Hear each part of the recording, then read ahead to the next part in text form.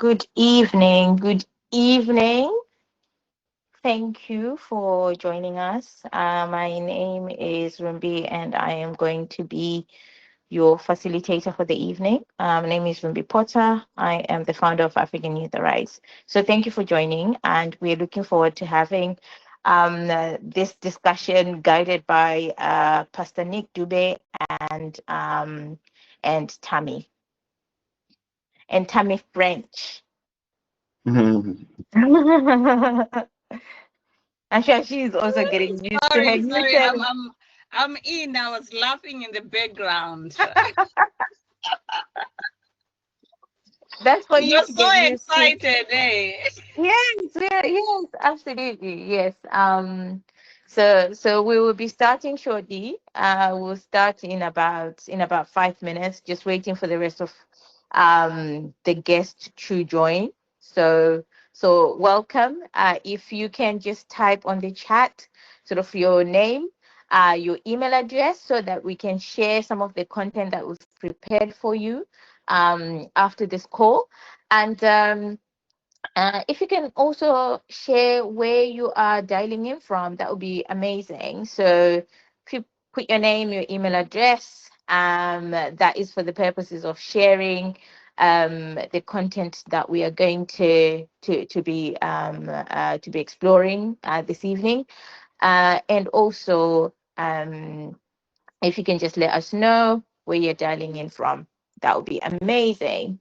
So thank you for joining. We are really looking forward to having this important discussion on sexual consent. So we will start shortly. We appreciate you being on time. Um, so I am Rumbi Potter. I am currently in Milton Keynes. Um, And yeah, really looking forward to having this discussion. I'll just give people a moment to type in the chat.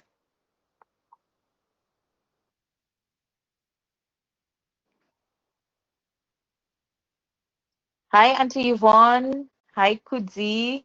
Uh, Hi, Laura, I think. I hope you're all doing well.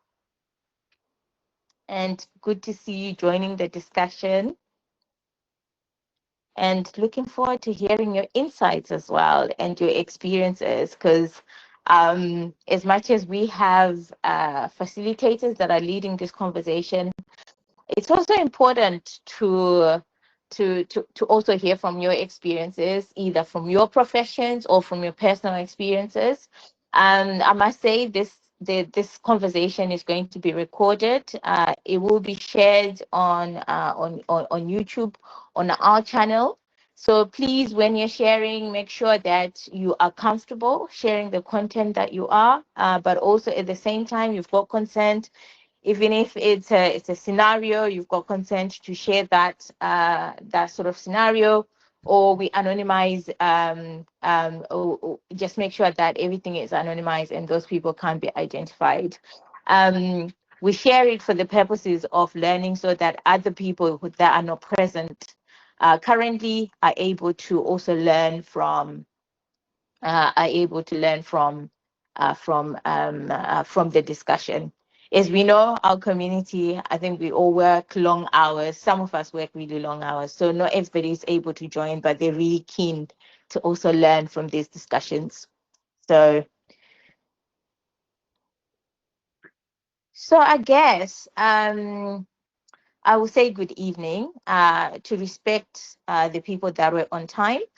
We will make a start. As I stated, the conversation will be recorded. So either people will catch us up, or they will find us on our YouTube channel.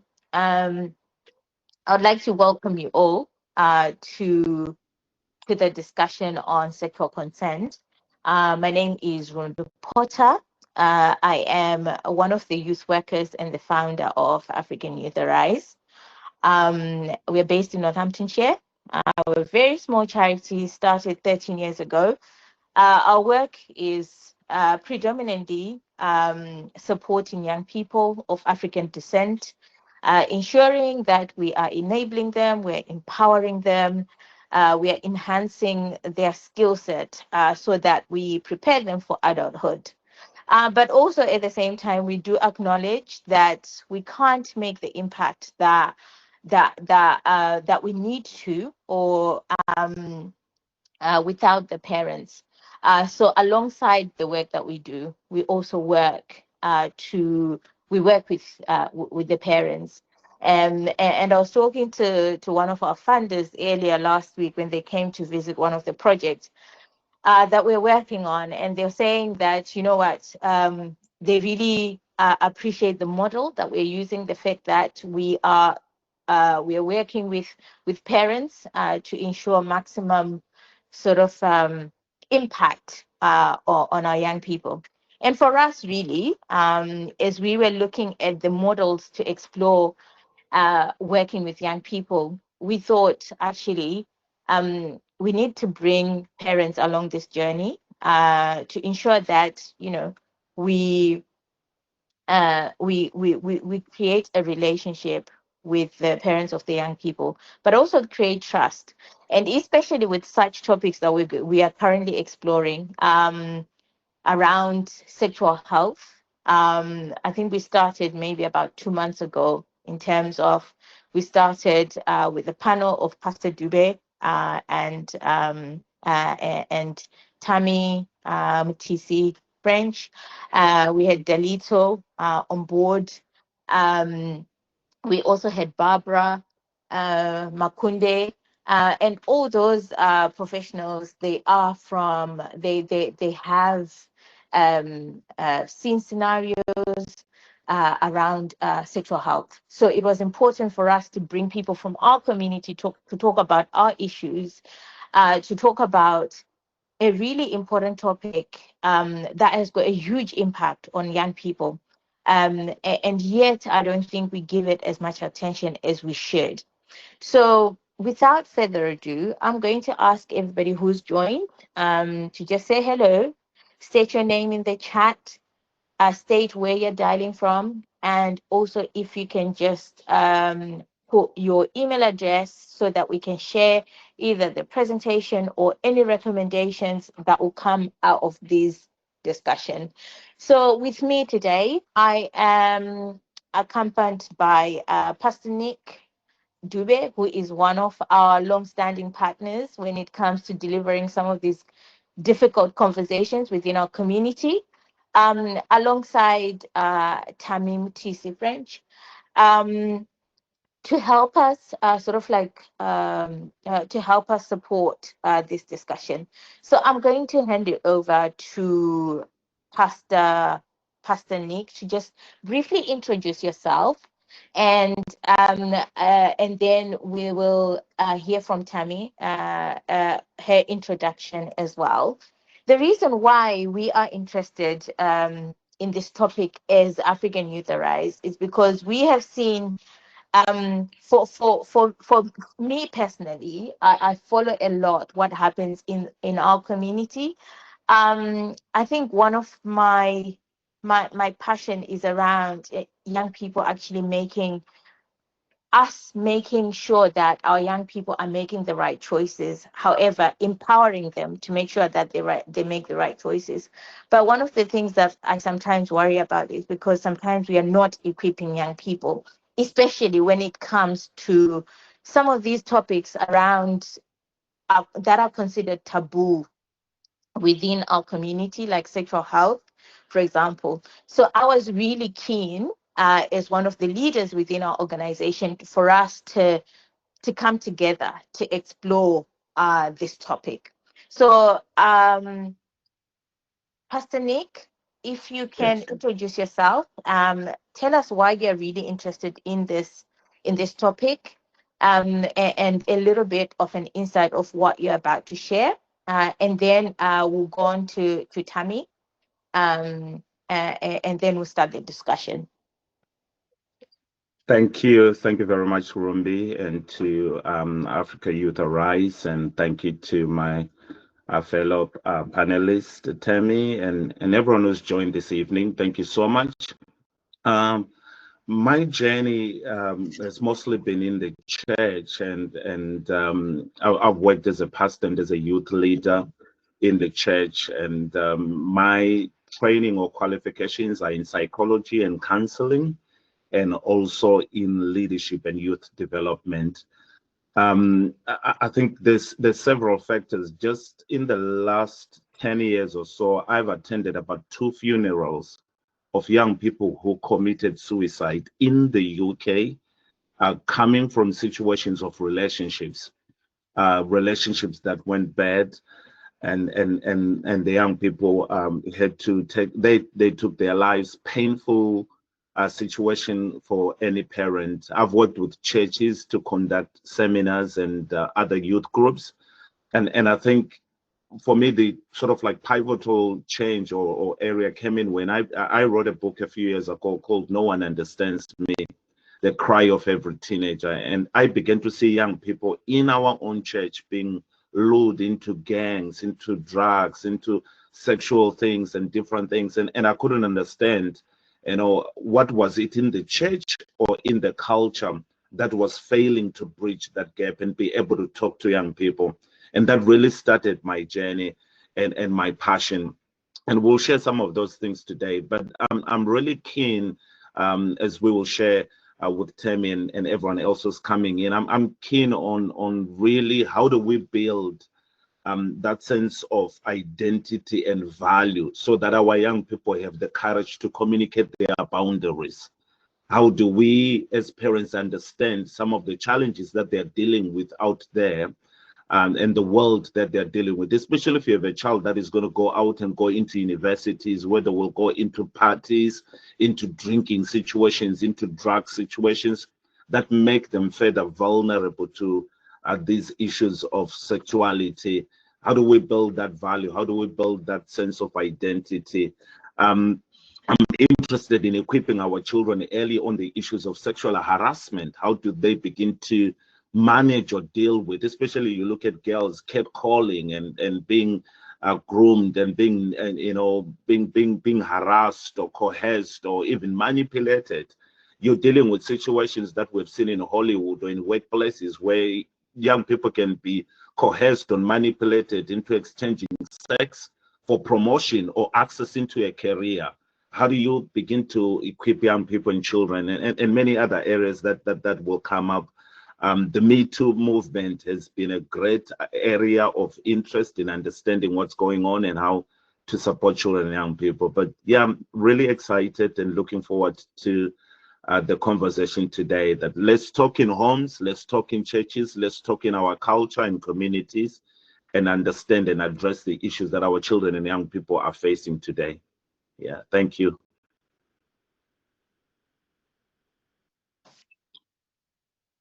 Thank you. I will hand over to Tammy. Tammy.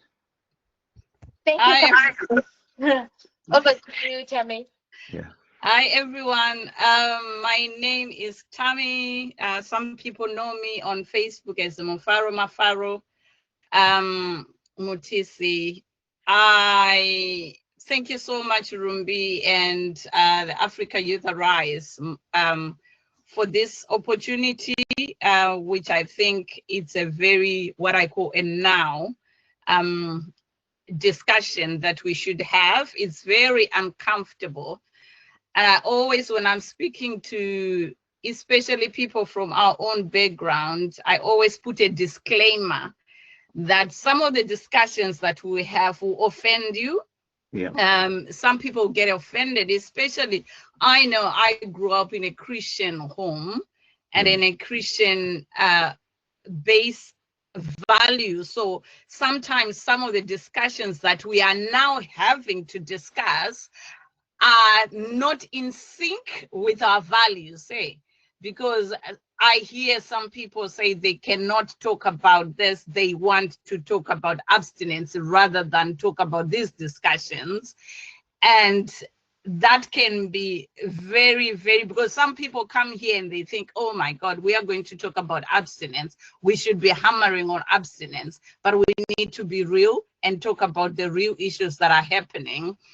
My background, where all this is coming from. I've got lots of personal experience with whether we call it sexual harassment, sexual consent, child sexual exploitation, child prostitution. That's what we call it in Africa. But I always say there's no child prostitution, it's child sexual exploitation. So I was raised in an environment, I was in the village. And by the time I finished grade 7, half of the girls that I learned with had either been married, or they just dropped out. They never went to school. It was a impoverished area, so it was expected. But what was interesting was those that went on to get married, some went to get married to teachers. So we are talking of people of position of authority that were marrying children of, as young as 13 years. And police officers, because it was in the village, those people that had a little bit of some money, they were exploiting these young people. But in the end, because it was in the marriage context, there was nothing much which could be done. But as well, when I lived in the village, I think we didn't understand, even up to now, in terms of the laws. I don't think anybody cares. At 13, I still go back and I still hear, oh, because we are now helping our school, but we still hear after grade 7 that this girl got married. And we're thinking, is this still happening during this time where, the girl child, this is 13 years old, they're already getting married. So that was one of the issues that I've always looked at. And I've always, from a tender age, thought about the issues that affect us into, getting into those issues, and as well as our cultural aspect of not talking or not. When I had a boyfriend, when I started, just talking to somebody, my mom would not allow me to do that. She would just take a stick and hit me. There was no talking about, let's have a discussion, let's talk about this. There was nothing about that. It was just, you need to be at school, all this. So, and then I moved on to the city. Again, what I saw, my experience, I was at a city school, a girls' high school. Again, most girls were exploited, going out with teachers. We had lots of these, what to call it, the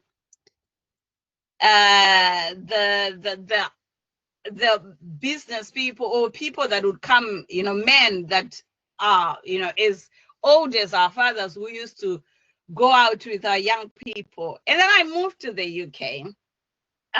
So my journey to the UK then led me into social work. And within my experience as a social worker, I've really experienced also a lot and dealt with a lot of issues around sexual abuse, sexual consent, sexual harassment, sexual exploitation.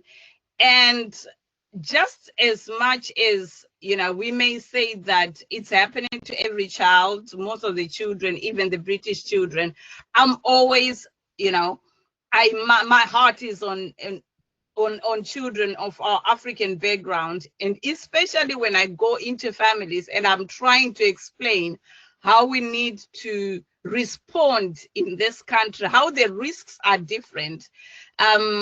And that can be viewed with other parents as well as, not understanding our culture. And they will say to me, oh, you don't understand our culture. This is not how we do it in Africa. So I've taken a lot of interest around that. And those that know me on social media, sometimes I write a lot about what's going on. And one of the topics that I've covered was on sexual consent, because, there are stories of young people that are currently serving prison sentences for things like sexual consent that they couldn't understand. And right now we've got an influx of parents or workers, skilled workers that are coming. And with that, it comes with people that are coming in with their culture, with their values. And our young people sometimes are coming at that age where sometimes one who has been brought up in the UK, they understand the context because they've learned about it in school. They are learning about it, about sex education. But in sometimes where we are coming from, it was never talked about. And they are finding themselves against the law, not because they want, but because it's unintentional. They don't know. So it's something that I'm really interested in talking about. So hopefully today we can talk about many things and just have discussions about how we can tackle some of these issues. I've presented a presentation, but mainly it's just to start the conversations. It's just to bring some of the background information of, you know, what do we mean by sexual consent?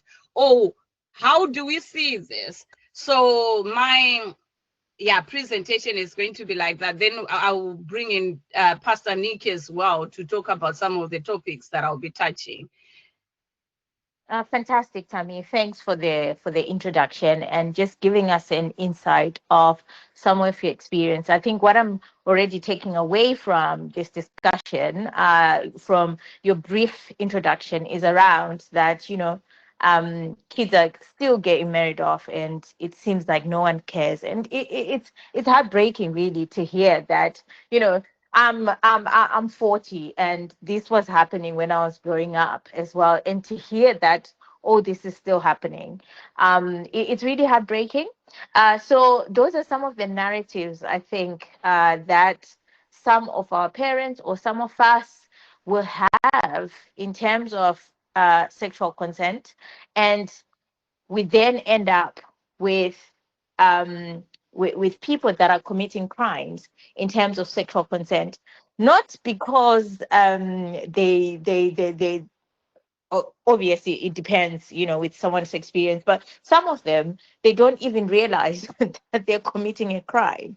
So for us, what we really want to do in our organization and all of our partners is to have a proactive conversation around this, so that we empower people around this discussion and we talk about it openly, and we are proactive. I think it's important because there are so many. For me, my heart breaks when I see the Tinashes, the Tafazwas, the Tinos, you know, the Zimbabwe names. When you see those names, or the African names, when you see those names, and they're 18, 19, and I'm thinking, this is a life wasted. You know, yes, they may get a second chance, but some of the opportunities, they're already gone, you know. So that's why we are really keen to have this discussion. How we are going to structure the discussion, Tammy has got a structured presentation, and then after that, Pastor Nick will share his insights. And if you do have any questions, as an audience, please jot them down. Then we'll have an open discussion after that. If you think you're gonna forget your question, just jot it down in the chat, and I'll come to you when we're actually having the discussion. But for now, let's just allow Tammy and Pastor Nick to lead us into this, to give us some insights. Then we can all kind of like reflect, and we can ask questions, and we can have a discussion. We can share some of our experiences or scenarios that we may have encountered. Because what I do appreciate within our community, we've got so many different professionals that will bring quite a lot of experience, I think, to this discussion. So we all want to learn from that. So yeah, those of you who do not know me, my name is Rumbi Potter. I am one of the founders of African Youth Arise. It's a small charity that works with young people, who empowers young people of African descent. We are especially excited to really explore some of the taboo topics and bring along this discussion to the parents as well. So we don't just work with young people, We work alongside with the communities that impact young people, the parents, the faith groups. That's why you see Pastor Nick, the social workers, and so on and so on. So I'm going to hand it over to Tammy now. Just to let you know, we are recording this conversation for the purposes of learning, really. So if you do want to share, please ensure that one, you've got consent from whoever you're sharing about, or you anonymize what you're going to share, because this will go on a public domain. Okay, over to you, Tammy. All right. So when I was just thinking about today, I was just thinking, most of the times when I think about consent, what is it that, we can't talk of consent without talking about healthy relationships, without talking about sexual exploitation, and without talking about sexual abuse. From what Pastor Nick said from the start, that there are some topics that are really on his heart, like sexual harassment.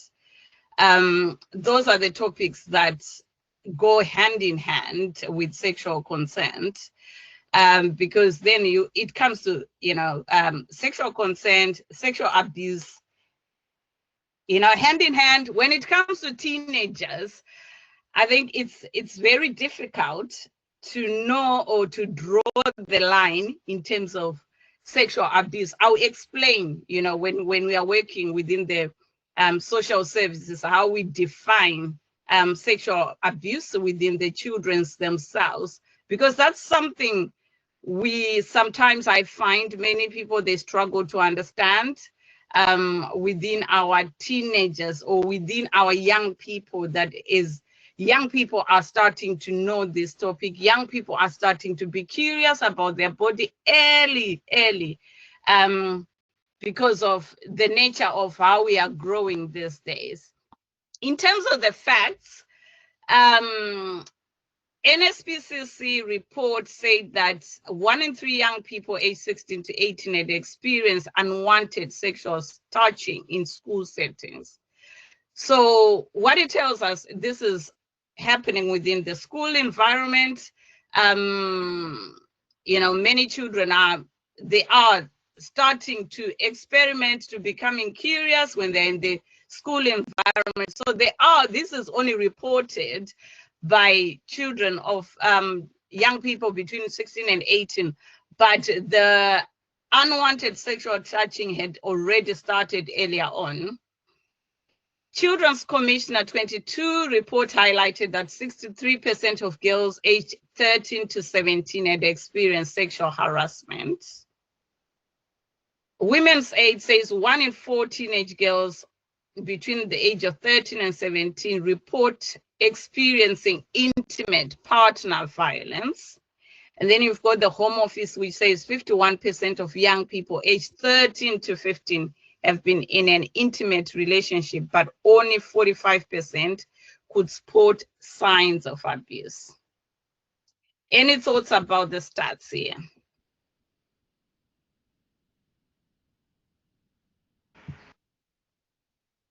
I think it's staggering, isn't it? Yeah. Yeah, I think those I think Patience has just said, those stats are shocking, aren't they? And Yeah, absolutely. it's always amazing when you drill down to the stats, and the stats tend to tell the story, don't they? And it's shocking, like what Patience has said. And I don't think we do realize that we've got such a prevalent issue within our community. And this is the ones that are recorded. They are the scenarios that are going without being reported. But there are many.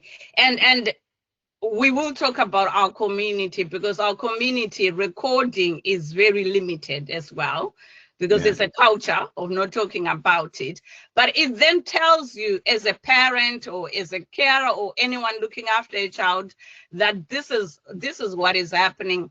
And when you think about not talking about the subject, you then think about the statistics and think, oh my God, if I don't talk about it, my child might become, you know, part of these statistics. So we really need to talk about it. Another statistics that I didn't include is one of the statistics which I pulled out last year. It was around sexual abuse within the UK. How I know some people, they said, oh, we are only, you know, putting it was according to which countries have got the highest number of sexual abuse or sexual assaults or people that have been convicted. This didn't include UK or you know, England. It didn't include that. But what it did, it showed that as even Zimbabweans or African countries, our men are at a higher, you know, level. We had a higher statistics of men being convicted of sexual abuse. And I was questioning, where is this coming from? How come our men are getting into this? So these are adults that we had pulled the statistics. But what we know is adults, what we know is that starts within when they are children, hey. And then when they get to adults, it's something that's going on and on and on. It's building up until it gets to a point where they are then prosecuted as adults. And within the law in the UK as well, when it comes to child sexual, you know, when we deal with some cases of sexual exploitation, cases of sexual abuse, young people, they don't tend to be prosecuted. So they have their own pathway they follow, which is the harmful sexual behavior pathway. And within that pathway, there's no conviction as a young person. But that goes into your, you know, on a child's, young person's record, but it's not classified as a conviction. So imagine if we were to classify some of those convictions or some of those that are committed by young people, we would be talking about something else. Hey, in terms of the law itself, just to say the legal framework, the age of sexual consent is 16, and a child below the age of 13 cannot consent to any type of sexual activity. So there's no two ways about it. A child of under 13 cannot. Any type of sexual contact without consent is illegal. This is regardless of the age of those involved. Sending and receiving naked images and videos is illegal for anyone under the age of 18. The law also applies to sexual chats or requests for pictures or images of a sexual nature. This is even if a young person consented to them being sent. Again, this is something that we are seeing within the child protection arena, where young people are sending images to older men that comes to sexual exploitation, or themselves, you know, they create a group. It's a group of friends. All of a sudden they start sending videos, or, you know, they start telling each other, do this. That's the peer pressure. They always say, we want to see this, we want to see this. Before you know it, children are sending these explicit images and videos to each other. One of the things that we also need to recognize is our children are growing up quickly. Have we noted that? When I grew up, I would share my experience. When I grew up, I started, I think, my puberty when I was about, even menstruation, I started around 14. Now you talk of children that are starting, my daughter started at 9. So imagine if they can start their period at 9, what happened? What happened sorry, there was a question that I saw here. Someone was saying, did you say consent is above 13? No, I said the age of consent is 16 before we go anyway. But I was saying, you know, any child below the age of 13 cannot consent in any way. Other children, sometimes they do have sex between themselves. They can consent themselves, but a child under the age of 13 cannot consent. All right, so we were talking of puberty, that is a young, when I grew up, we were starting our period late. Nowadays, we are talking of young girls and boys that are starting as early as 8 and 9. These are young children. I feel sorry when I look at them, because when one starts period, you can just imagine that this means they can get pregnant. Hey, this means they can get an STI. So we need to think about that puberty increases vulnerability as well, because you've got the identity, the changes in your body, you've got the emotional changes as well, and you've got the brain that tells you, once you in that moment of adolescence, I think our brain just says love, love, love. It sees love everywhere. Hey, even when you start talking about it, about any sex matters with your child, once they get into it, sometimes it can be difficult to talk to them, because all they think about is a boyfriend, or, you know, love. I'm in love. My dad doesn't understand me. I love this man. My mom doesn't understand me. So puberty as well, there's a lot of things that comes with puberty. We are talking of emotional dysregulation and the sexual curiosity. We are also talking about navigating identity, gender expressions, and body image. And we also need to think about children with learning needs or neurodiversity, that they may need more support than others. And in our community, again, it's how do we recognize those children? Because sometimes we don't recognize that my child has got neurodiversity issues, or we are in denial. We think, oh, this is a UK thing. But if a child has got neurodiversity issues, how do we deal with that? In terms of cultural influence, puberty is often not openly discussed, we know, in our community. And period, sometimes it's viewed as shameful. I don't know why we don't talk about it. I've always encouraged parents to start early, to start when your child is now 9 years or so. Start talking about it, put a, you know, something in their bag to prepare them. And also, we know that girls normally struggle during that time.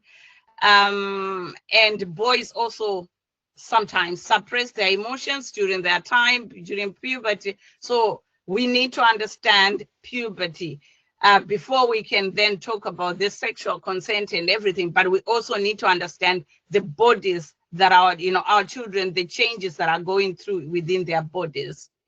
Any comments before I go on? So I far, just, yeah, sorry. go ahead, Pastor Nick. No, I just wanted to add on. I mean, that's amazing, Tammy, in just the point that our young people are growing fast. They are encountering the issues of sexuality earlier. I mean, a 15-year-old, a 14-year-old, either in the eyes of society or in today's view, almost is like your typical 18, 19, 20-year-old. So they are being exposed to pornography. They are being exposed to sexual advances from men on the streets while they are going to school, while they are being exposed from their own friends and peers, like you said. You said they're on WhatsApp groups, they are online. And I think for me, that is one thing that I would like us or this group to underscore, and especially the church or the parents to realize our children are dealing with these things, whether we like it or not. We might think they are focused on school, but along the way, they're encountering sexual exposure, harassment, coercion, manipulation from their peers, from adults on the streets, from online.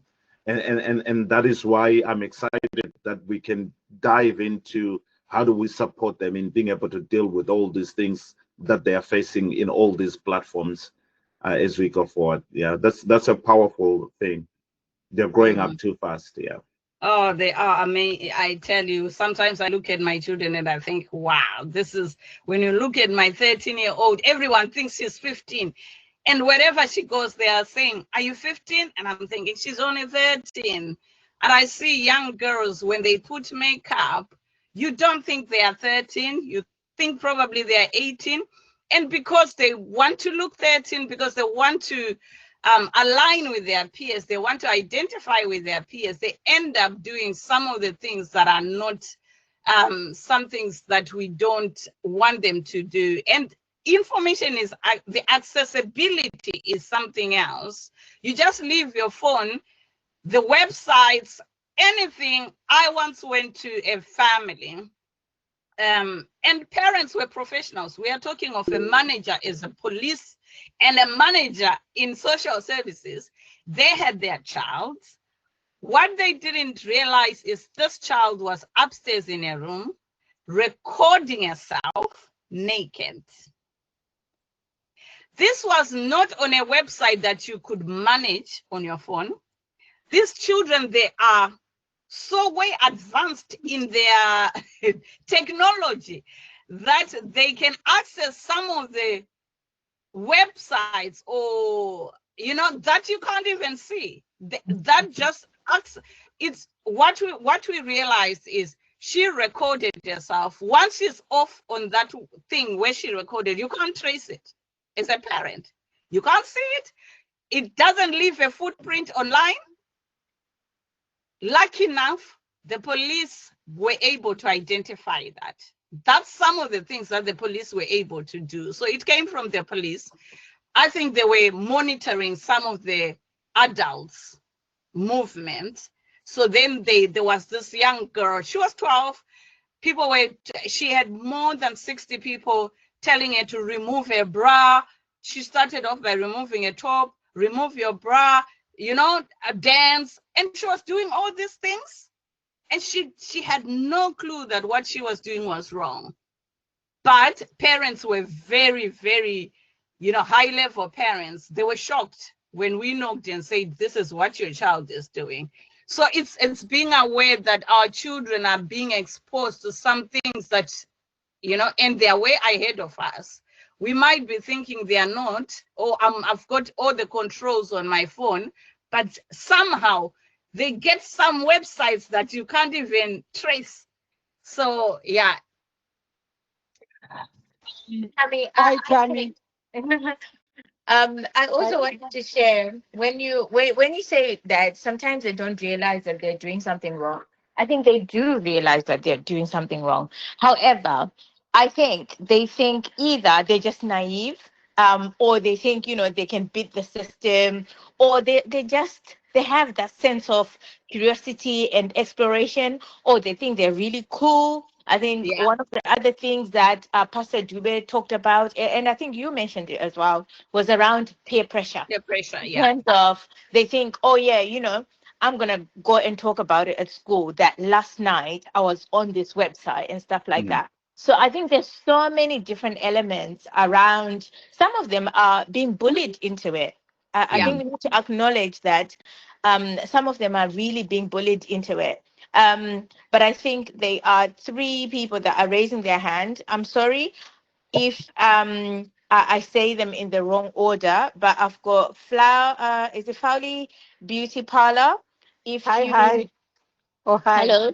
Hi. If you want to, Tammy, thank you for the presentation.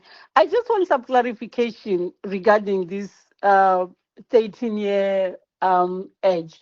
You said below 13 cannot consent.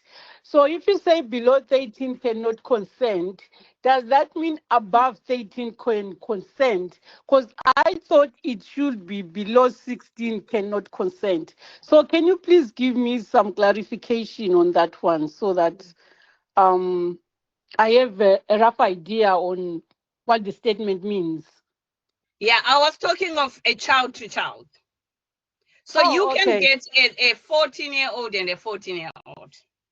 All right. Oh, okay. Yeah. Oh, I get When you. it comes to an adult, to a child, there is no, yeah, Oh, it should be 16 about. Oh, okay, that's fine. Thank you yeah. so much. But Thank those you. Okay. young people, and that's why we need to talk about this, because those young people, they're experimenting and they're the same Yeah, Yeah. age, yeah.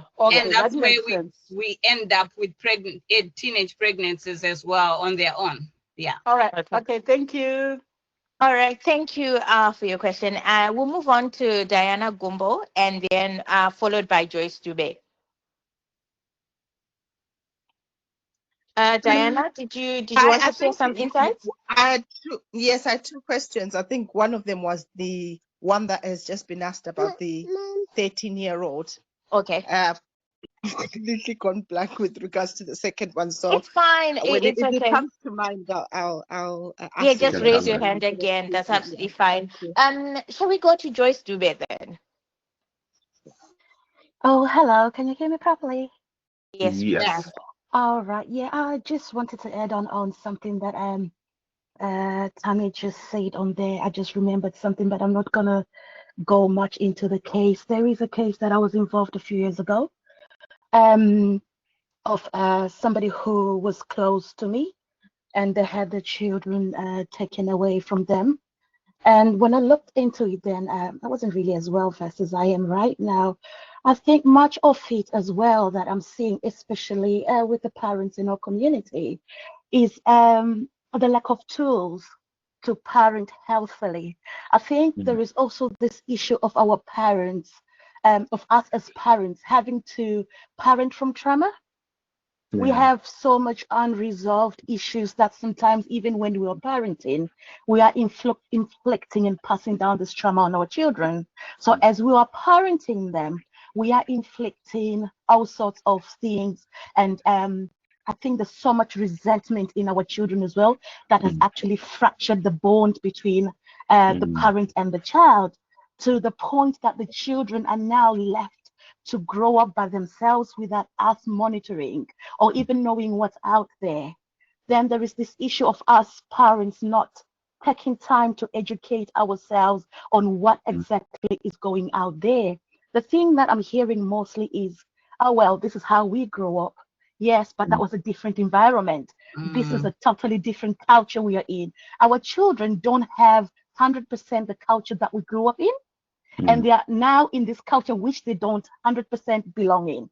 So mm, they have their own culture of their own that we are not accommodating. So I mm, do understand when part of my community say, oh no, this is taboo topic. Well, it could be, but in this culture that we're in, we need to actually adjust if we want to bring out our children in the culture that we were brought up, then mm, unfortunately we need to take the children back in that culture. Then it's going to be fair enough because that's all they're going to know. But because they've already tested this culture there, I mm, think it becomes unfair for us. And actually, I'll use this, the word selfish, for us parents to want things our way without adjusting us to meet our children's needs. So we are failing our children emotionally. So those emotional wounds sometimes is also what's pushing our children to want a sense of belonging into then being caught up with peer pressure when they go out there. So they want to experience what out there, to belong um in to find a sense of belonging, because they don't belong at home, they're not belonging at Mm. school, so they have to belong somewhere, especially the teenage years, because most of us don't know this thing of we need to parent according to the developmental phase of each child. We are parenting our teenagers as though they're toddlers, but Yeah. some of these teenagers are well versed more than what we are willing to work and educate ourselves to meet them on that common ground. Yeah, it's Yeah. always difficult because I agree that sometimes, not even sometimes, most of the times our background, they shape how we parent our children. And we want our children to live within I always call it a stone age, because we want them Mm, to still think, I went into another family, and she said to me, we are Africans. I don't need to know my children's boyfriend. This was a child who was 14-year-old, who had produced a sex tape with 3 boyfriends, and the mom said to me, we are Africans, because the family was well known for drug abuse, for exploiting girls. So I said, how come you don't know that this boy is your child's boyfriend? And she said to me, you know very well that we are Africans. You only introduce a boy when you're about to get married.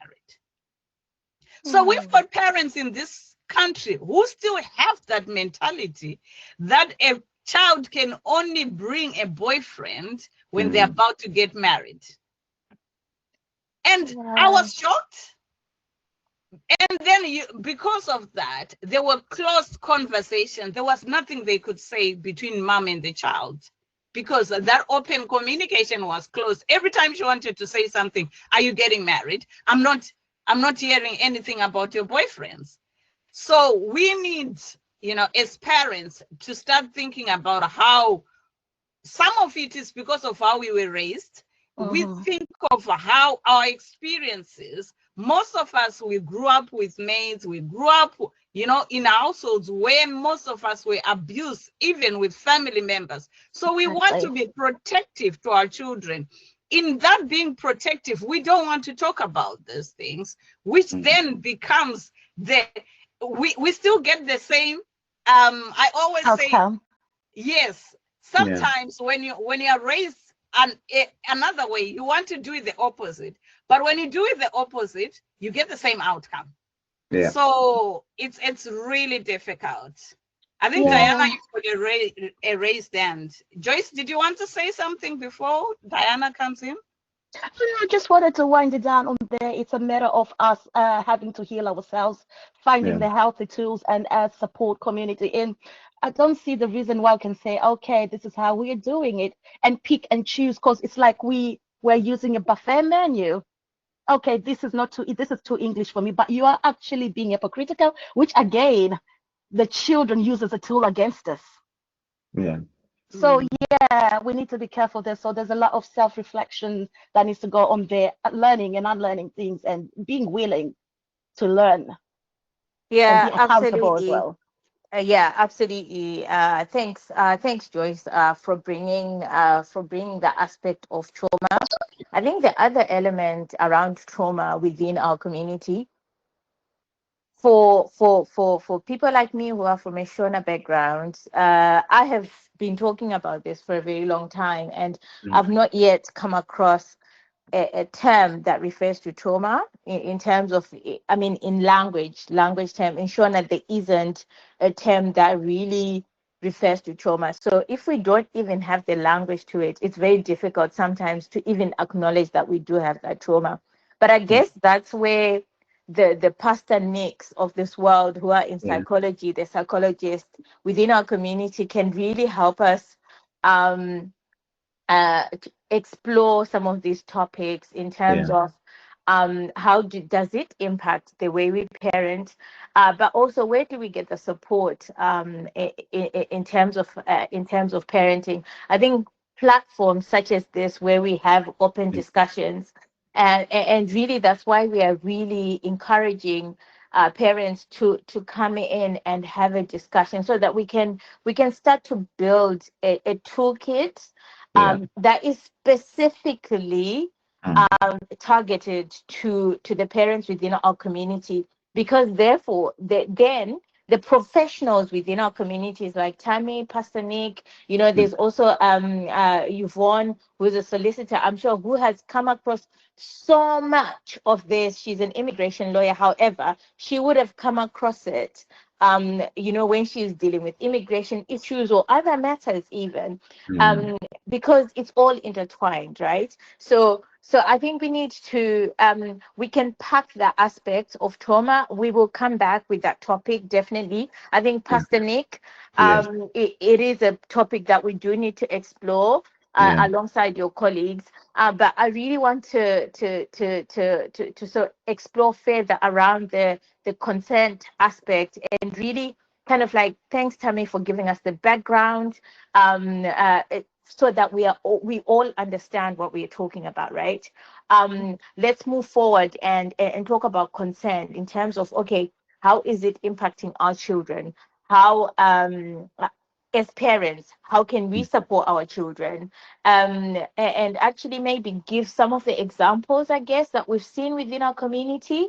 Because one of the things that I realize within our community, that we can be in denial at times. We don't quite believe. For me, it started sinking home when I started seeing the Tafadzwas, as I said, the Tinos, the Takundas, the, you know, being mentioned in the media and all sorts of things. And also, I think in the football world as well, the number of rape cases from Black footballers are just crazy. I just cannot believe it. So I always, when I see like some of these cases, I always think, one, there's a girl who's not consented, right? But also, what's happening to our sons in terms of the impact that it has on families, the impact that it has on their lives, and so on. So Tammy, I'll hand it back to you to finish off the presentation. Then we'll pass it on to Pastor Nick. All right. We are going to talk about now consent. So consent is, I think sometimes we just talk, we always say consent, consent, consent. And sometimes we use words without really thinking about what do we mean by consent and how does it affect both the male and the female. Because most of the times when we hear of consent, it's always one-sided. We always think of consent, a female giving consent to a male. What happens when it's the other way around? Do we even think that it happens the other way around? And what is consent? So we know consent is just having clear, informed, enthusiastic decisions, and this can be withdrawn at any time. All right? I always use this term enthusiastic consent. Why? Because sometimes we think that a yes is a yes, a no is a no, but we don't look at the body language. So when we are talking about with this, notion of consent with our children, it's not just about when somebody says a yes, it's a yes, or a no, it's a no. It's also about looking at the body language. Because somebody can say a yes from the point of fear. Sometimes somebody can say a yes from a point of being coerced. So the body language is very, very crucial in understanding consent. So when we now deal with these cases, sometimes they're adults. I'll give you an example. It's an adult, but I always hear, because when now people are having issues, custody issues and all that, we explore domestic abuse. And to tell you, consent and it's part of sexual abuse, which is part of domestic abuse. It's very within the court proceedings or within private proceedings is something that we really regard as a high level of sexual abuse. If somebody talks about lack of consent and sexual abuse. And some of the cases that we find are mainly because during the sexual act, mainly because maybe people, they don't have a view of healthy relationships or healthy sex ways. Maybe because they've watched pornography. I know pornography was explored, and pornography gives another view of how sex should look like. Hey, and then you get issues of strangulation during sex. I've had somebody say, but she never told me that she didn't like it, that she didn't like strangulation. And the worst part of it is the woman didn't think that was sexual abuse as well. Why? Because she just thought, I didn't tell him. So no one looked at the body language. The male wasn't looking at the body language. The woman wasn't well informed in terms of her rights. So when we talk about enthusiastic consent, we are talking about the other person being able to understand what consent is, understand the body language, understand the voice that comes with it.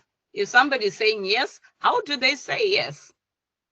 Their facial expressions, and understand that there's a right to withdraw a choice at any point. Hey, even if you've already agreed. But then we've got, again, our culture whereby sometimes women are very scared to then withdraw. When I remember going to a church, it was a conference, and our pastor said it was a women's conference. You just have sex just like water. You don't have to say yes. That was we were more than 200 women. And this was what we were being told, that sex, you take sex like water. There's no consent. It's conjugal rights. So imagine, as parents, we are being taught this.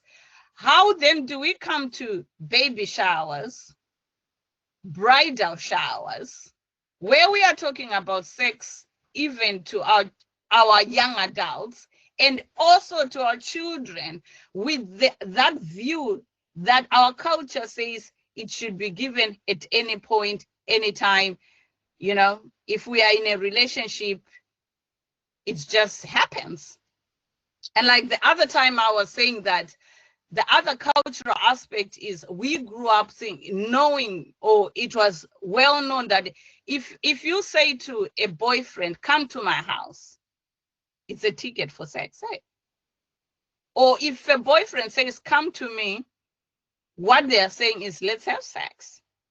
There's no talking about, whether we need it or whether we agree already, just because by the virtue of you are in my house, a man just thinks it's consent.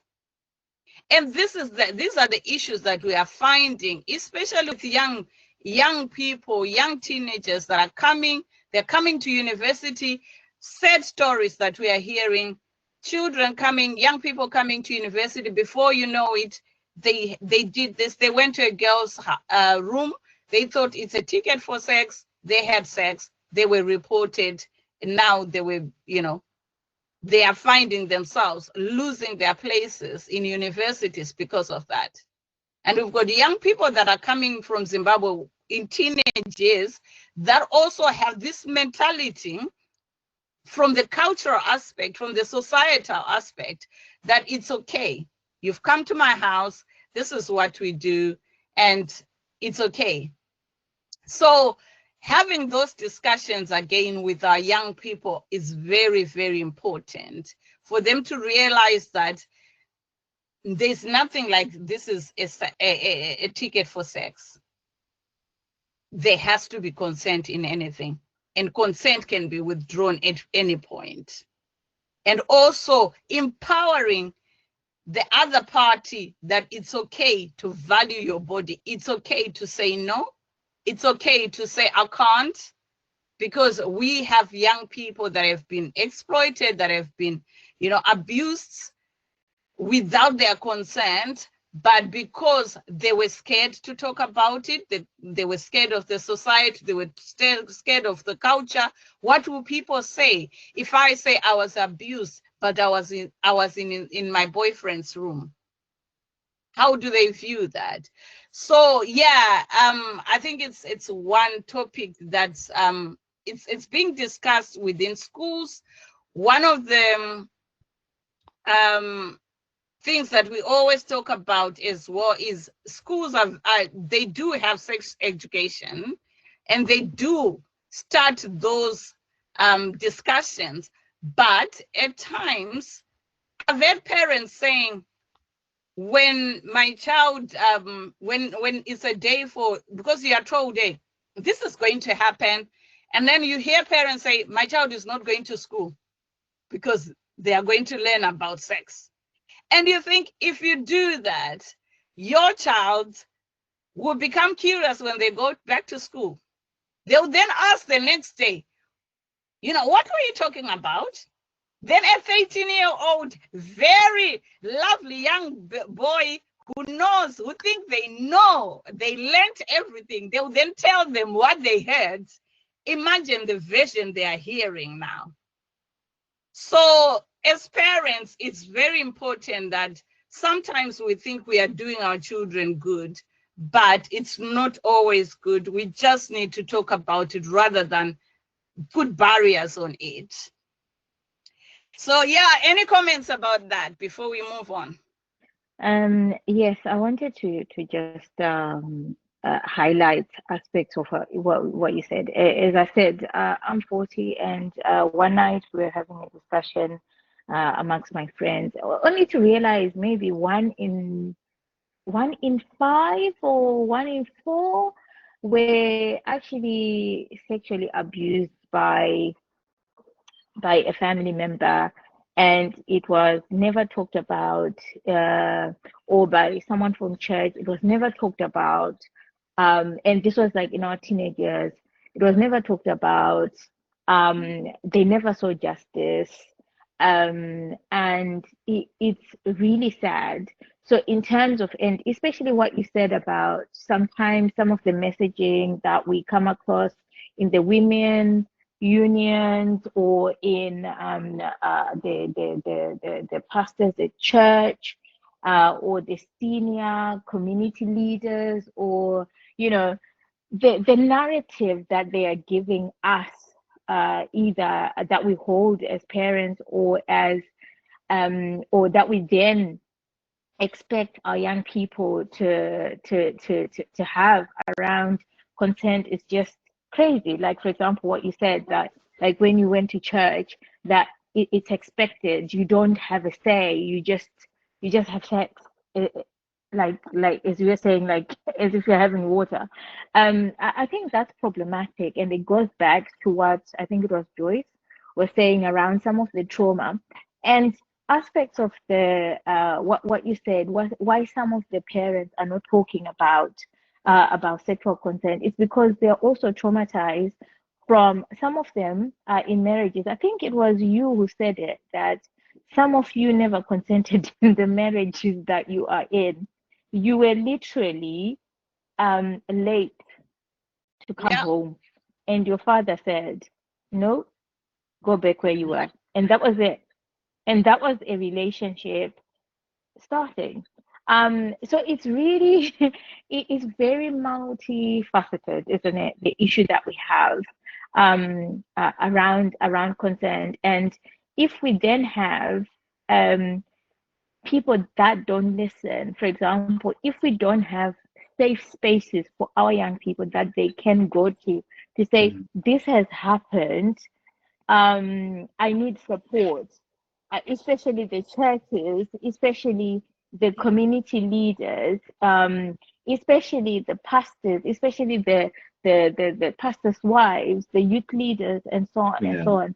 Then we do have an issue, don't we? So I think we need to create those safe spaces for young people, even as parents, in terms of, I know that we don't want to talk about that issue, but we need to create a safe space in our homes to ensure that when something like that happens, your child has got a place where they can come to and talk about it, because a lot of people are going around with trauma, secondly with no justice. They just had to carry on as if nothing happened. And imagine carrying that load all your life. And we don't want to find our young people of this generation to be in that same situation as we find ourselves in.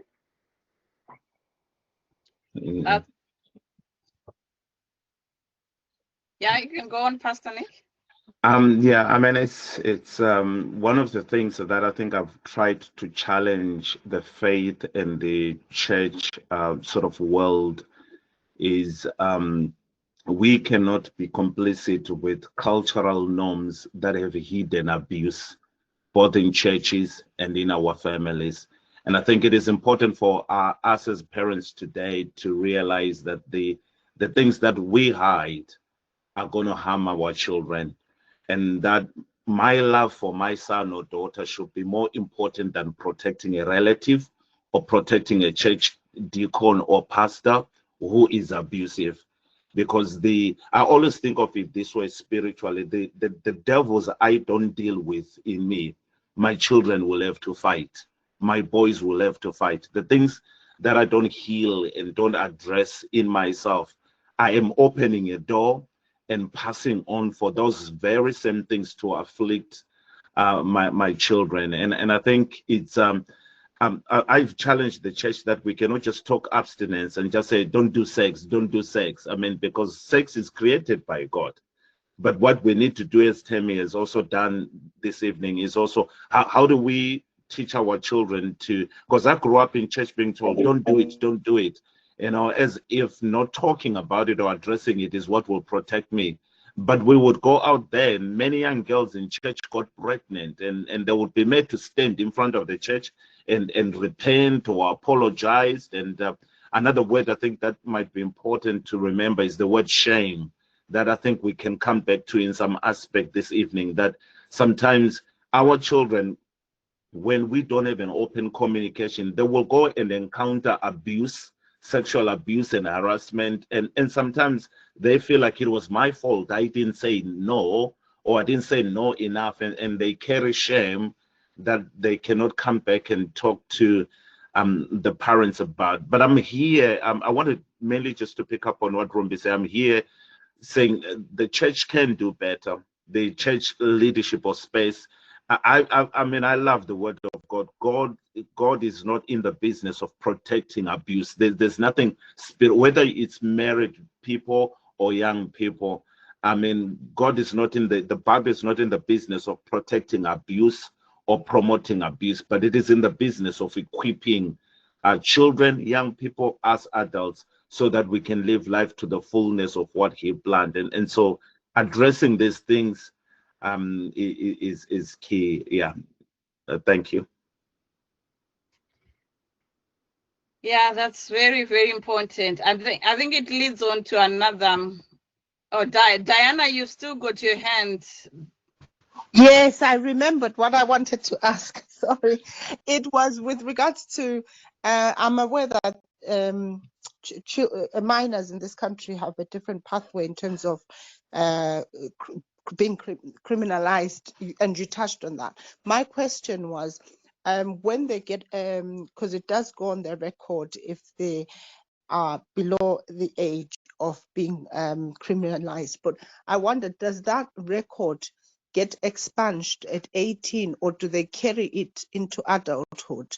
And does it carry weight when they get into adulthood and now commit a sexual crime? Do they go back and say, oh, when he was 13 or when he was 14, he was accused of this? Or does that kind of get deleted and they start afresh from 18?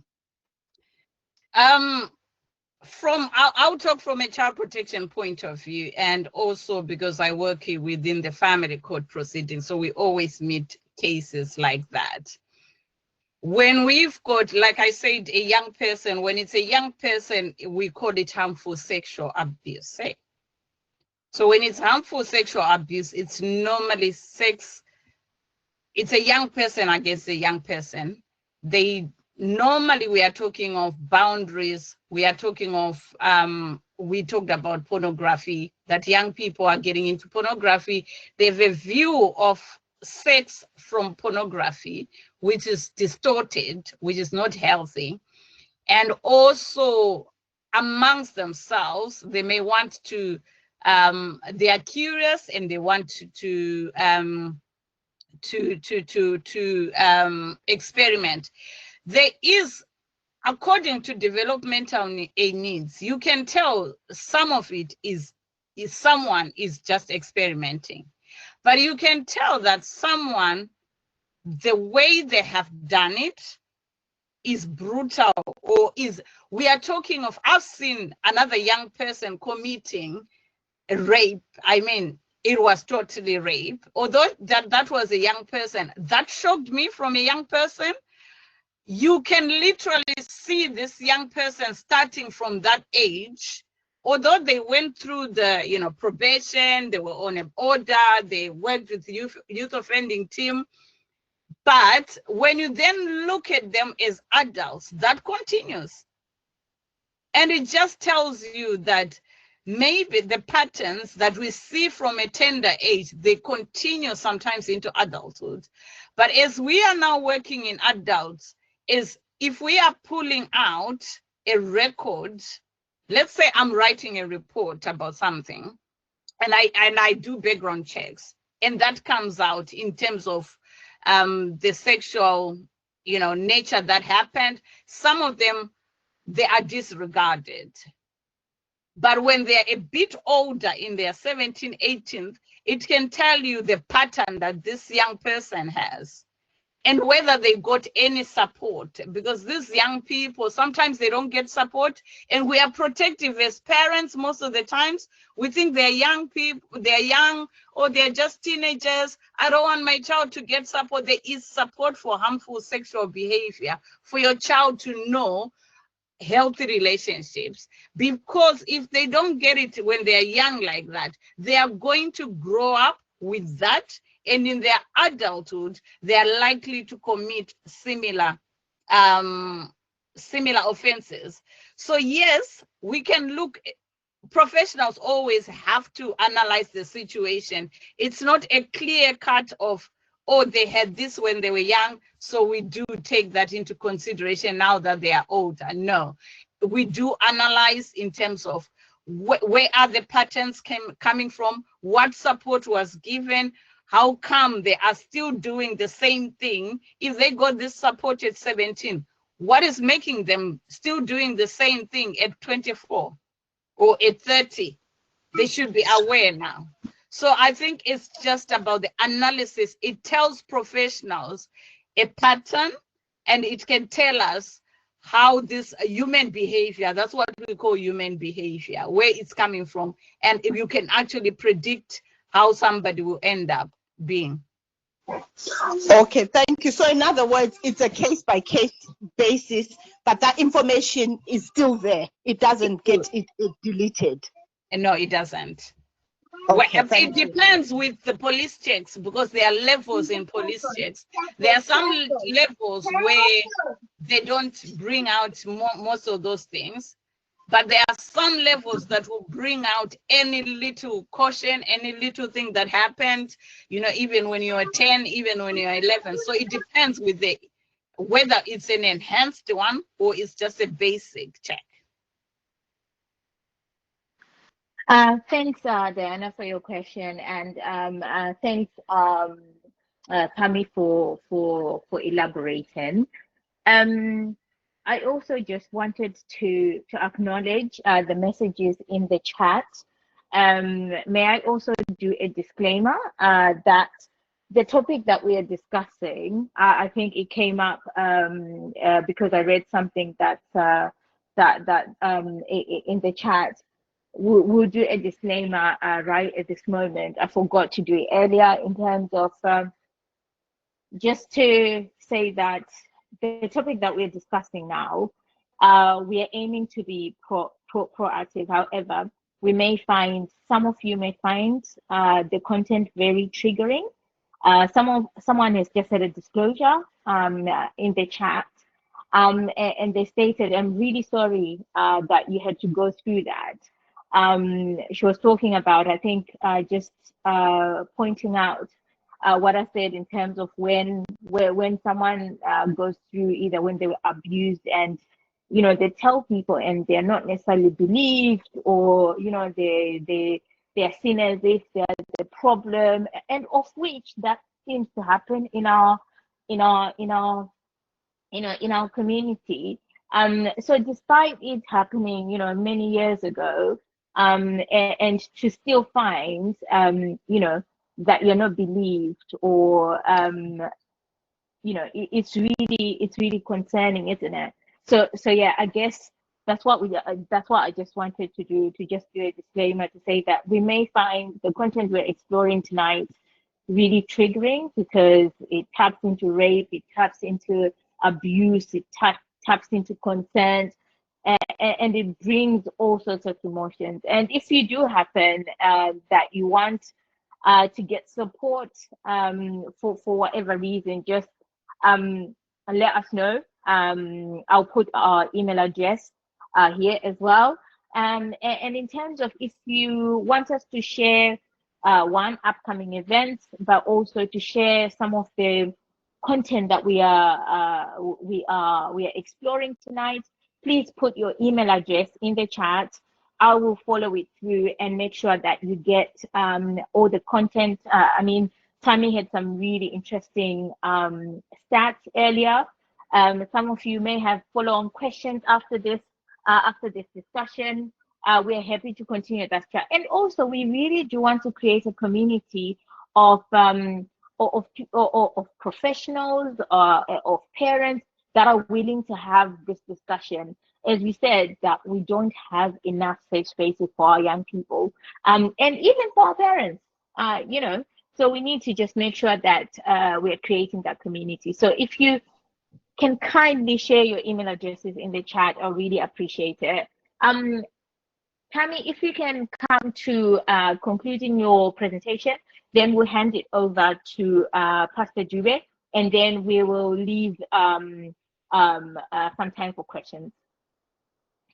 Yeah, I think I was going to say some of the things that I was going to talk about is how we can talk about consent. But I think what I'm going to do is to leave Pastor Dube to share what he wants to share. Then we can probably conclude later in terms of how then can we talk about this.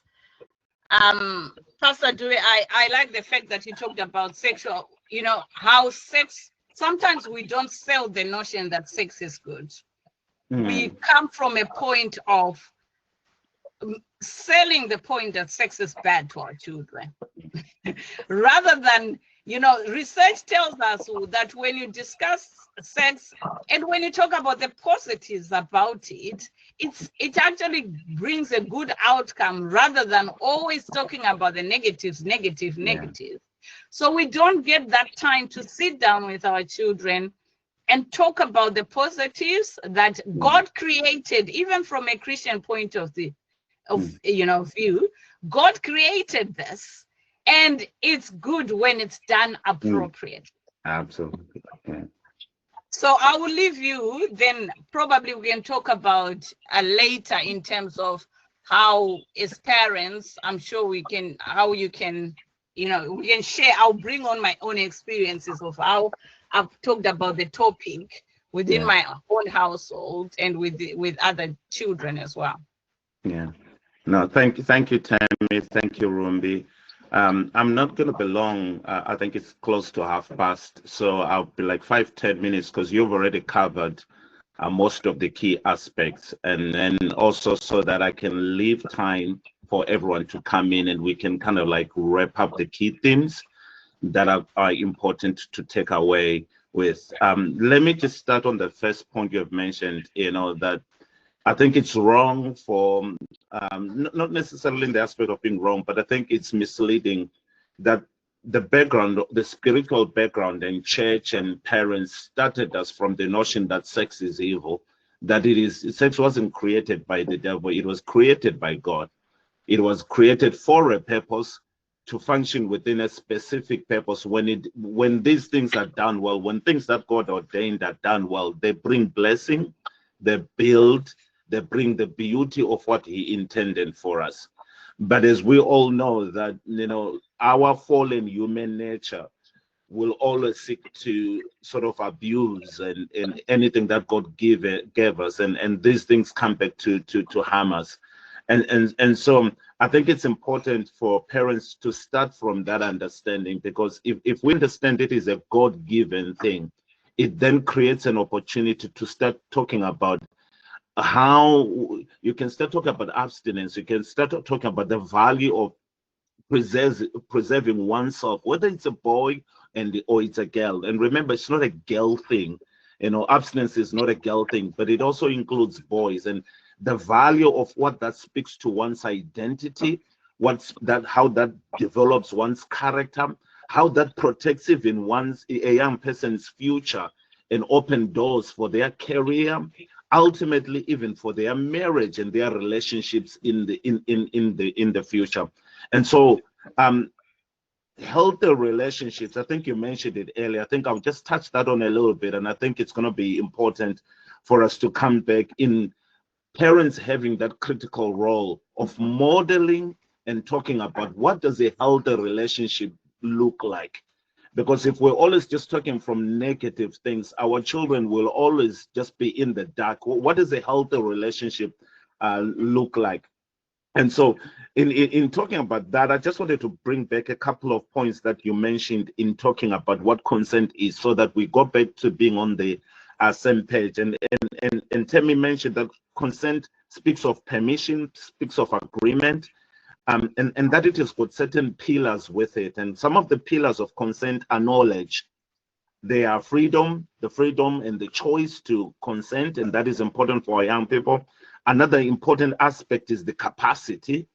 Temi has already mentioned that in terms of certain ages, capacity, there is no capacity to sexual consent in certain ages that have already been mentioned.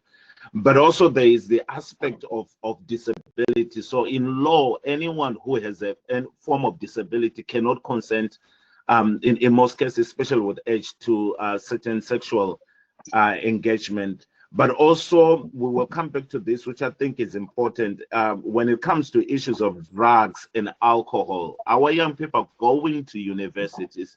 They're going to go to parties. There's going to be drinking. We may not like this, but they will encounter. I'm raising my children to love God, to fear God, but they get invited to these environments. They get tempted by these environments. And when a young person, and when there's been drinks and drugs involved, they need to understand how this capacity in terms of drinking, in terms of drugs play. And maybe just to put it out there for the sake of time, anyone who's drunk cannot consent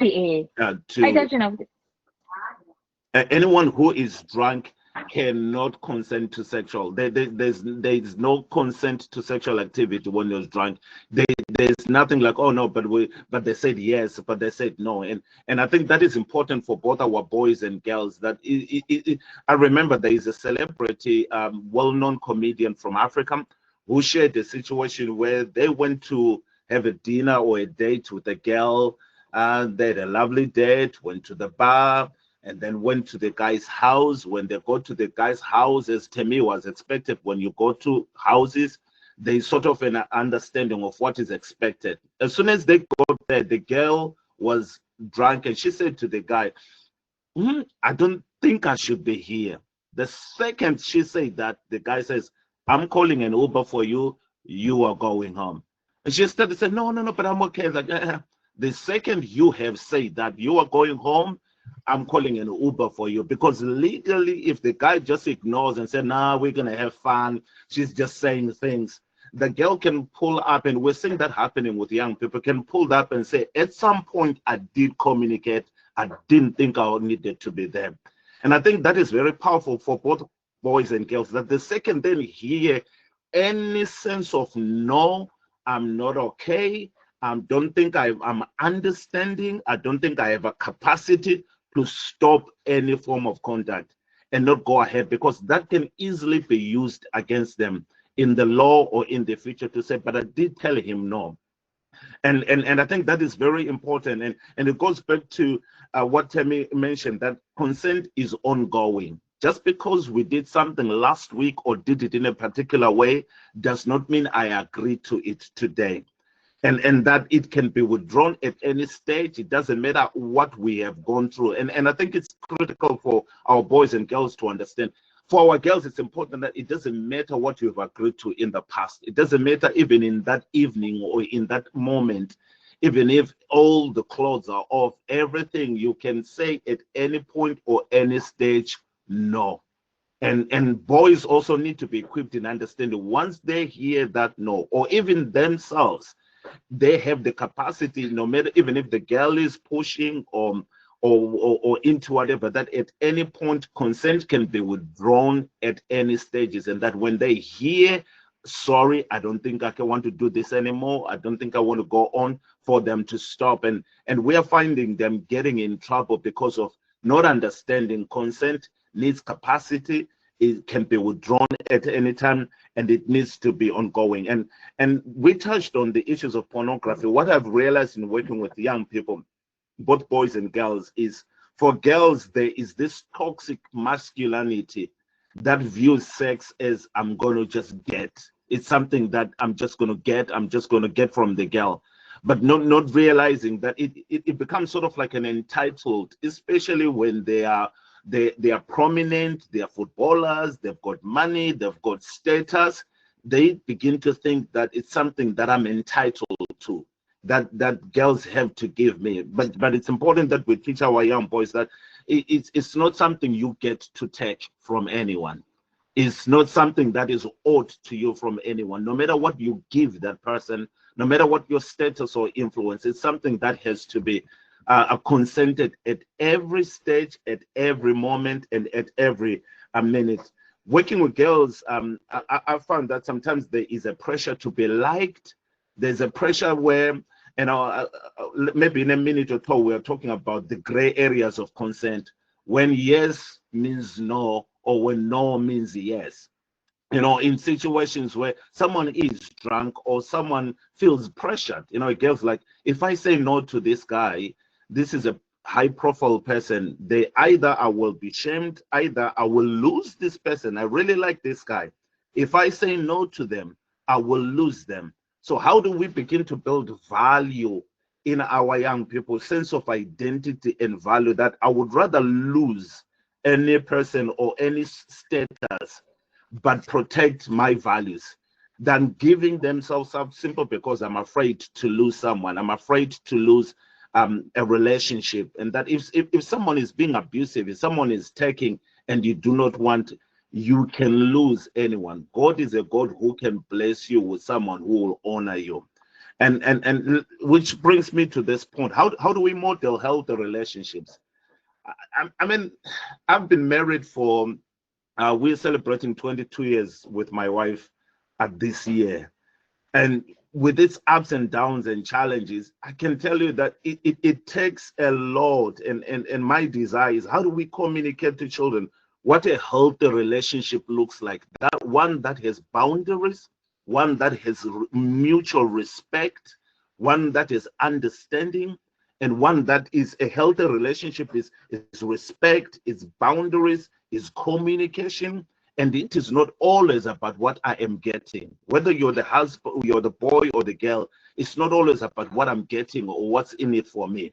And I think it's important that we give that model, so that whether it's boys or girls, they go into relationships, they have a healthy understanding. What does a healthy relationship look like? If someone starts being abusive, if someone starts pushing you into behaviors that you do not agree with, that is not healthy. That is the moment to sound an alarm. That is the moment to separate yourself from that situation. You do not have to compromise your values, your identity, your dignity, just to please someone, just to make someone happy, or just to prove. Sleep with me so that you can prove you love me. Especially for the girls, we need to drive that. Sleeping with someone when you don't want, it's against your values. Most of us, many of us have raised them with the spiritual understanding: preserve yourself. You do not have to give sex. Protect yourself. They meet a guy that says, if you want to prove you love me, sleep with me. But we need that strength in them that says, no, I do not prove my value by sleeping with you. If you love me, you're going to honor me, you're going to respect me, you're going to communicate. There are going to be boundaries, there's going to be mutual respect. And so I think we go back to building those values, we'll go back to instilling those values in our young people. I also wanted to touch on the aspect of I've got a 15-year-old who in 4 years is going to be going to university. And Temi mentioned a very powerful point, that if we as parents today, either based on our culture, we're not talking about these sexual things, guess what? When they get to university, it's going to be free, wild, party. drugs, and you are miles away from your daughter or son. You are miles away from them. And so how do they manage themselves when they get into those situations of parties, of drugs, of drinks, and how do they create safety, and how do they begin to spot signs of situations that can compromise their consent, situations of drugs and alcohol that can compromise their safety, and compromise their own values. And we'll come back to this, and I think I would ask Temi to elaborate on sexual harassment. Like we said earlier, our girls at 15 are looking like 19. They are being stopped by men or even boys. In both cases, they are being stopped by people kept calling. They are being given that unwanted, coercive, aggressive sexual advancement. How do they begin to deal with that? How do they handle that at 15 or 16? They are already being getting that aggressive, unwanted sexual advances, and being called names, and having a girl or a man talk about their body parts, and you look beautiful, or you look this, and that makes them uncomfortable. How do they begin to stand against all that? How do they begin to respond in those kind of situations? And also, I was reading earlier or watching someone earlier that, oh no, I mean, this young person was talking about, oh no, sometimes a yes means no. Sometimes girls want to be chased. They want to play hard to get, so they say no, but they mean yes. And no, like a no means no, No. and that girls should not be afraid that if I say no, I mean no. I'm not playing hard to catch. Based on my principles, my boundaries, my values, it is a no. And that the boys should not pursue or thinking that, oh no, girls are like that. They will say no, no, no, no until you say yes. So I enjoyed the story. I mean, there's a story that really touched me. I don't know if many of us saw it, of a young boy who spent a few months in Dubai in prison because they met a young girl who, in terms of the laws of that place, they are underage. So it made me think of two things. It made me think of legal consent, which Temi has already touched on, that we need to understand what are the legal frameworks of consent in any country. Even if you're going on holiday, the boy spent months in prison because he hooked up with a girl who's 17. In the UK, they are of the right age. But the parents of the girl, when they got to the UK, they reported that to the authorities in Dubai, and the boy was arrested in Dubai. And he's only just been released in the last month, after, having his case heard at higher authorities. But there is parental consent, that there is that understanding of, boys should not push or girls should not push if the parents are not giving consent. Parental consent, legal consent, and in building and understanding our values. The Me Too movement, time will not allow us to really equip girls and boys on understanding those unwanted sexual advancements. There's a case of a popular, I'm not going to mention them, as obviously we are preserving our conversation here. But I was really sad watching a case that has been going on in a trial in the world stage, and looked at a girl who went into a situation looking for opportunities, but they end up being trapped in abuse and in all sorts of pervasive things on them. But because they were looking for, and we've had the Me Too movement that brought where girls get abused at workplaces, looking for a job, looking for a promotion, looking for a career, whether it's music, it's acting, or whatever they are into. How do we begin to equip our girls, whether they're into sports? How do they begin to recognize signs of abuse from older people, from those with power, from those with authority? And so I think I'll come back in summarizing some of the things that we've talked about generational trauma, and about modeling healthy relationships. And this, for me, it doesn't matter whether you're a single parent raising boys or girls, or whether you are with your partner. I think all of us, whether you're a single parent, all of us, and I'm gonna agree with Rumbi. I am available. Rumbi is available in the organization, And I think we will come together in creating platforms that can speak to girls, that can speak to boys, that can offer help to parents who are saying, I'm raising boys, I don't know what to do. You know, can someone help me talk to my son? And I think we can, and I'm also want to call on, you know, family therapists and psychologists and other professionals, which is what I've done in churches. I've challenged them. In church, you've got psychologists, you've got mental health nurses, you've got therapists.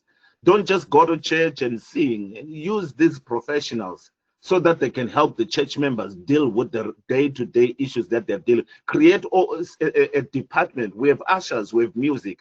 Why don't we have a family therapy, mental health, sexuality department in the church, that the professionals that go to that church can be part of it, whether they are doctors, lawyers, therapists, psychologists, and be a platform in that church to support the members of the church, than people just to go to church for spirituality, yet they are suffering inside.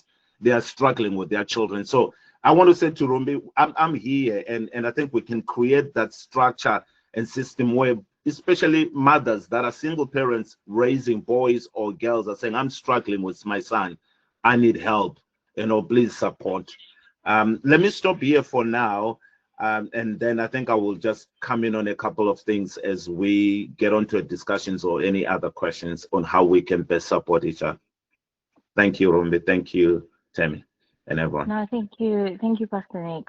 Really insightful, and I think, you know, Tammy and Pastor Nick, that's why we always invite you back.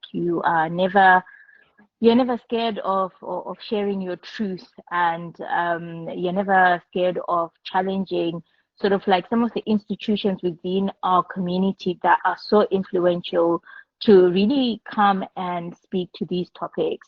I think we've got quite a lot of sort of like questions that have come up. I've seen a few comments that have come up in terms of, you know, I have invited my child to join this conversation. I can relate to them actually excusing themselves to this conversation. I think a lot of people are wondering, how do we start this conversation? I think with our children. So what we are doing as an organization, the whole purpose of this sort of like discussions, for those who joined us a little bit later into the talk, is around we've started this conversation with parents, mainly because it's a taboo topic within our community, but also it was to equip the parents for when we have sessions with young people. So the target for this topic is really young people. But what we've found to work, especially within our community, is that we explore certain topics with parents first before we actually engage the young people, so that when they then come and ask you a question, you're not necessarily shocked, or you're like, oh, who told you about that? We want to have a multidiscipline discussion, actually a multi-partner discussion, so that we can equip our young people. So I would say don't worry too much for now in trying to engage young people in this discussion for now, or try and drag them into this meeting. This session is for you as parents. This is a safe space for you as parents, because there isn't that many safe spaces for parents out there. So we decided to create that for you.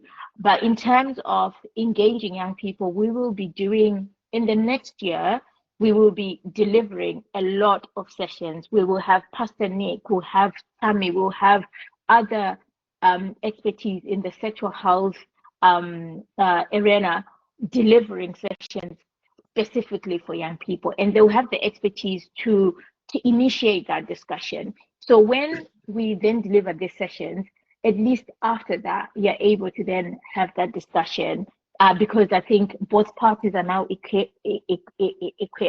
But I think one of the questions, I think Nick, Pastor Nick and Tammy, that's coming up is like, how do we start this conversation with our young people? I think that's one of the questions that come up in the sessions.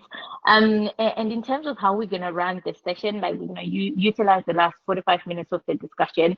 If you just raise your hand, if you've got if you want to answer a certain question that we've posed, or if you want to add some comments, if you want to give your expertise on a certain aspect that we've talked about it tonight. The whole point of this is to empower each other as a community, and I think that's what we're aiming for. So I think I'll open up with the question around that's being asked in the chat. How do we initiate this conversation with young people? But before you answer that, Tammy and Pastor Nick, I've asked everyone on the call to please share your email addresses so that we can start to create a community on having these discussions that we really need to have, and to empower you as parents and ensure that also our young people are empowered. So over to you in terms of answering questions. All right, that's a very interesting topic to start with your children, hey, because I think it's always difficult to know when to start.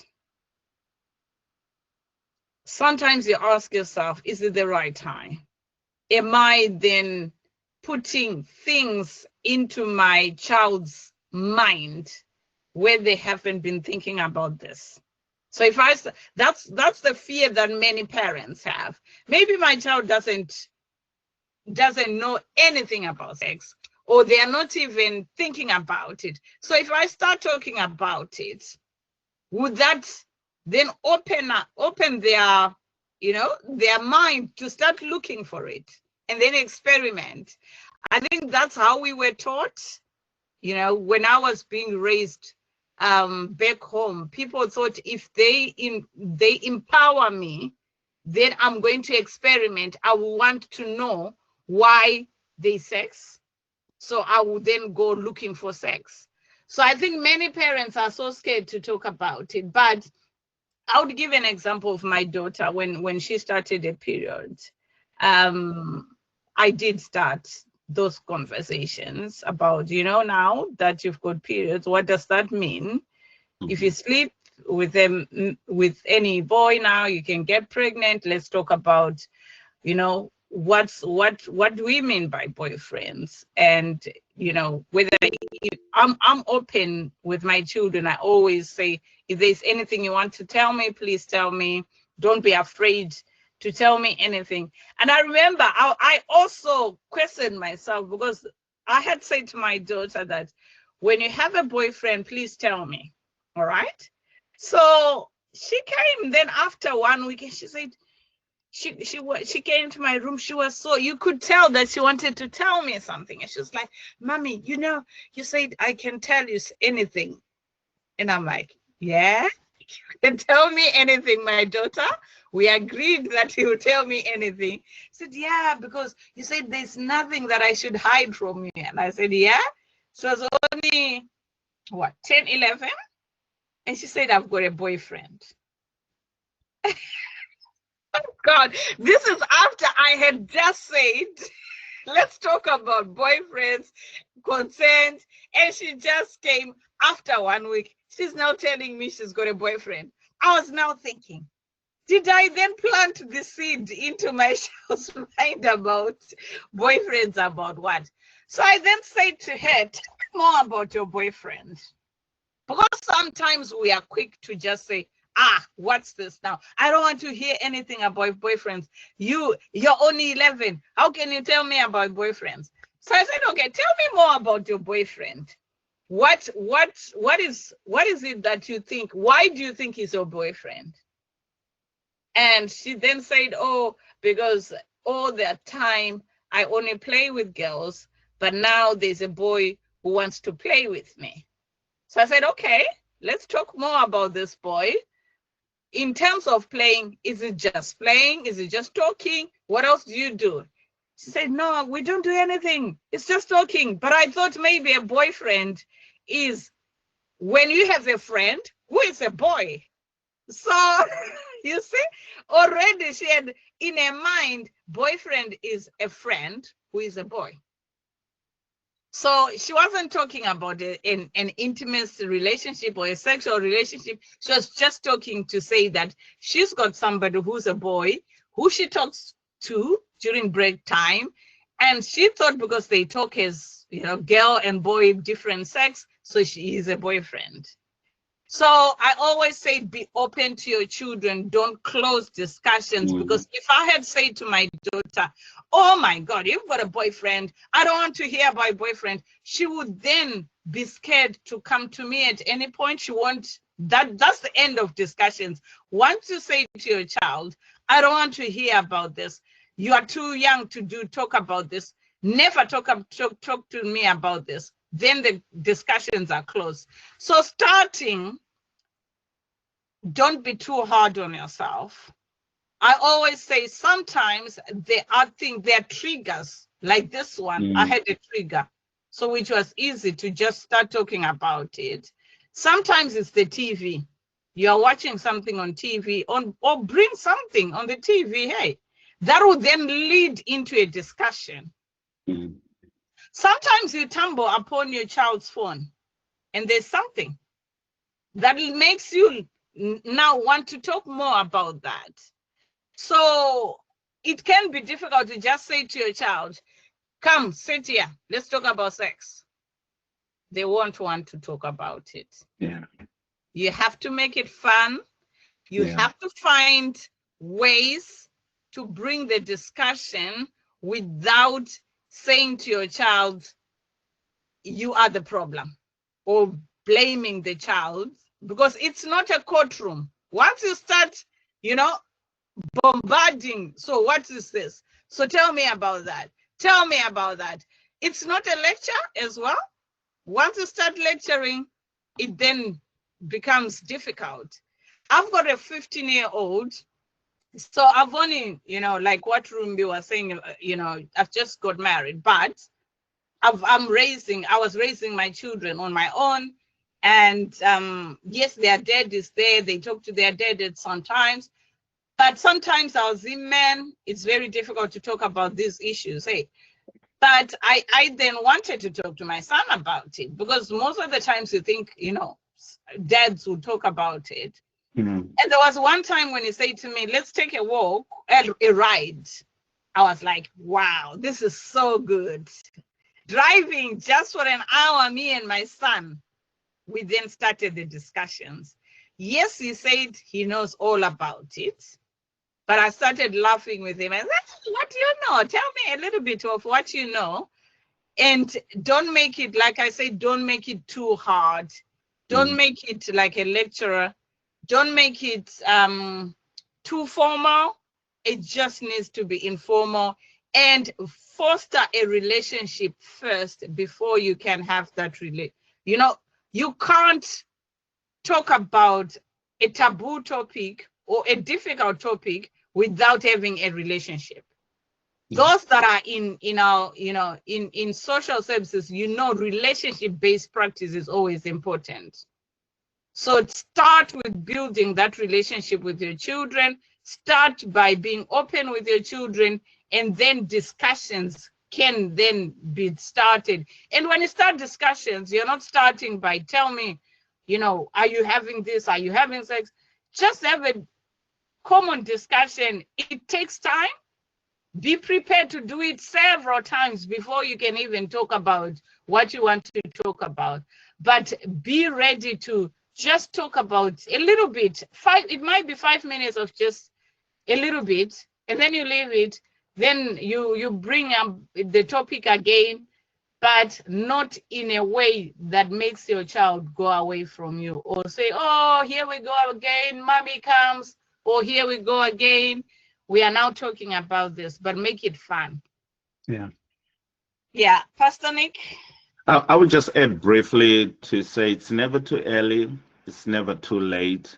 Make it age appropriate. I realize, especially I've got a 9-year-old. He turned 9 a couple of days ago, and a 15-year-old. With the 9, it's building up on those sense of body identity, boundaries, you know, just them, you know, their private parts and boundaries. But with my 15-year-old, most topics are on the table. But it's also about a couple of things that have worked for me. It's finding those cues and opportunities when I'm picking up from school, when we're watching something like Tammy said, and pick up on those issues and expound on them and just leave it there. Let them think about it. Let them come back to you. And so it's finding those opportunities, but also it's creating a safe space. And one way in which I have done it is also being willing to be vulnerable with my own experiences. I discuss with my son. So what do you think, like me and your mom's relationships, what it is to be loving a woman, or especially because mine are boys, and so being vulnerable into him, looking into us. What are you learning? What examples? What are you seeing? And so that he can tell what's right, what's wrong. Issues of pornography, issues of consent. I've spoken to my son about it at great length, understanding how to treat a girl when the girl says no. We've defined love, we've defined sexuality, we've defined the impacts of pornography. So it's never too, I think it's depending on the ages of your children. We can find ways of this age, we can address this, that age, we can address this. And like Tammy said, using those opportunities when you're picking them from school, when something comes up that they learned or talked about in school, something going on TV. For instance, I think in the last discussion, I watched the movie Adolescence with my son, and we use that as a platform to discuss. So what do you think, about that? And I've used to talk about emotions with my 9-year-old from the movie Inside Out. We went and watched it, and we talked about anger, emotions, and so it's finding those opportunities. There's always an opportunity, and creating a relationship. One thing I will lastly say: let us not carry on the culture of just being reactive. African culture of saying, no, I don't want to hear this, I don't want to see this, because whether you like it or not, they are going to be confronted by those issues. Instead, is to lean in, offer help, offer support, and equip them. But that attitude of being angry, defensive, reactive is not going to change anything. It's going to actually make them more open to being taught by the wrong things.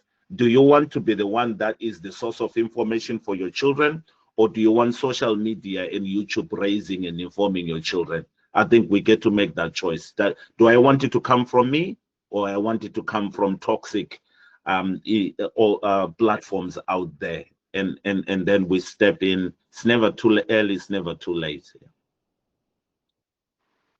Fantastic. Thank you, Pastor Nick, and thank you, Tammy, for answering that question. For those who've asked the questions, I hope you have you found it useful. Some of the pointers that were shared by Tammy and Pastor Nick. I think I really want to hone in on the point around creating relationship with our children as parents. I think it's really important. It's not just going to magic out. We just do not magic relationship between us and our children. I think it's really about that investment, that those sort of like discussions prior to anything happening. I think I really like what Pastor Nick said. I'm all about being proactive, and that's why we're having these discussions. Some, it's already happened to some families, right? But I think let's not get another family go through the same thing that that young man from Dubai went through, and all sorts. So I think it's really about us investing in our children. If we don't know how to, there are so many, especially now. I think as a people we have realized that actually we need to empower ourselves. No one is coming to rescue us as a community, right?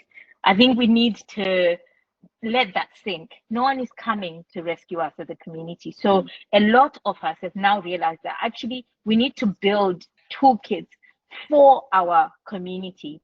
There are organizations like Tulia, for example. There are organizations like Intentional Parenting.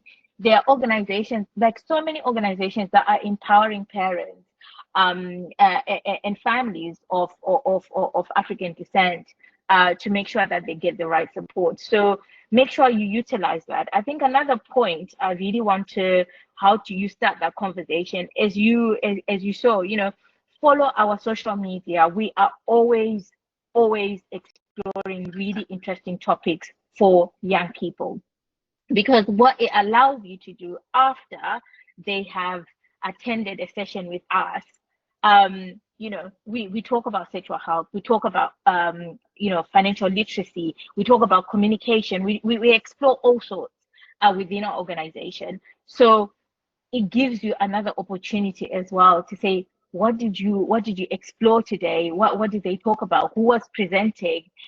How do you feel about what was presenting and stuff like that? That could be another way of exploring some of these topics. So I have a few people with their hands raised. So if you just bear with me a second, I will have a look and see who's got their hand raised. So just bear with me. Just go into people. Right. So I've got postnatal baby cafes. You want to either ask a question or give some insights. Please go ahead.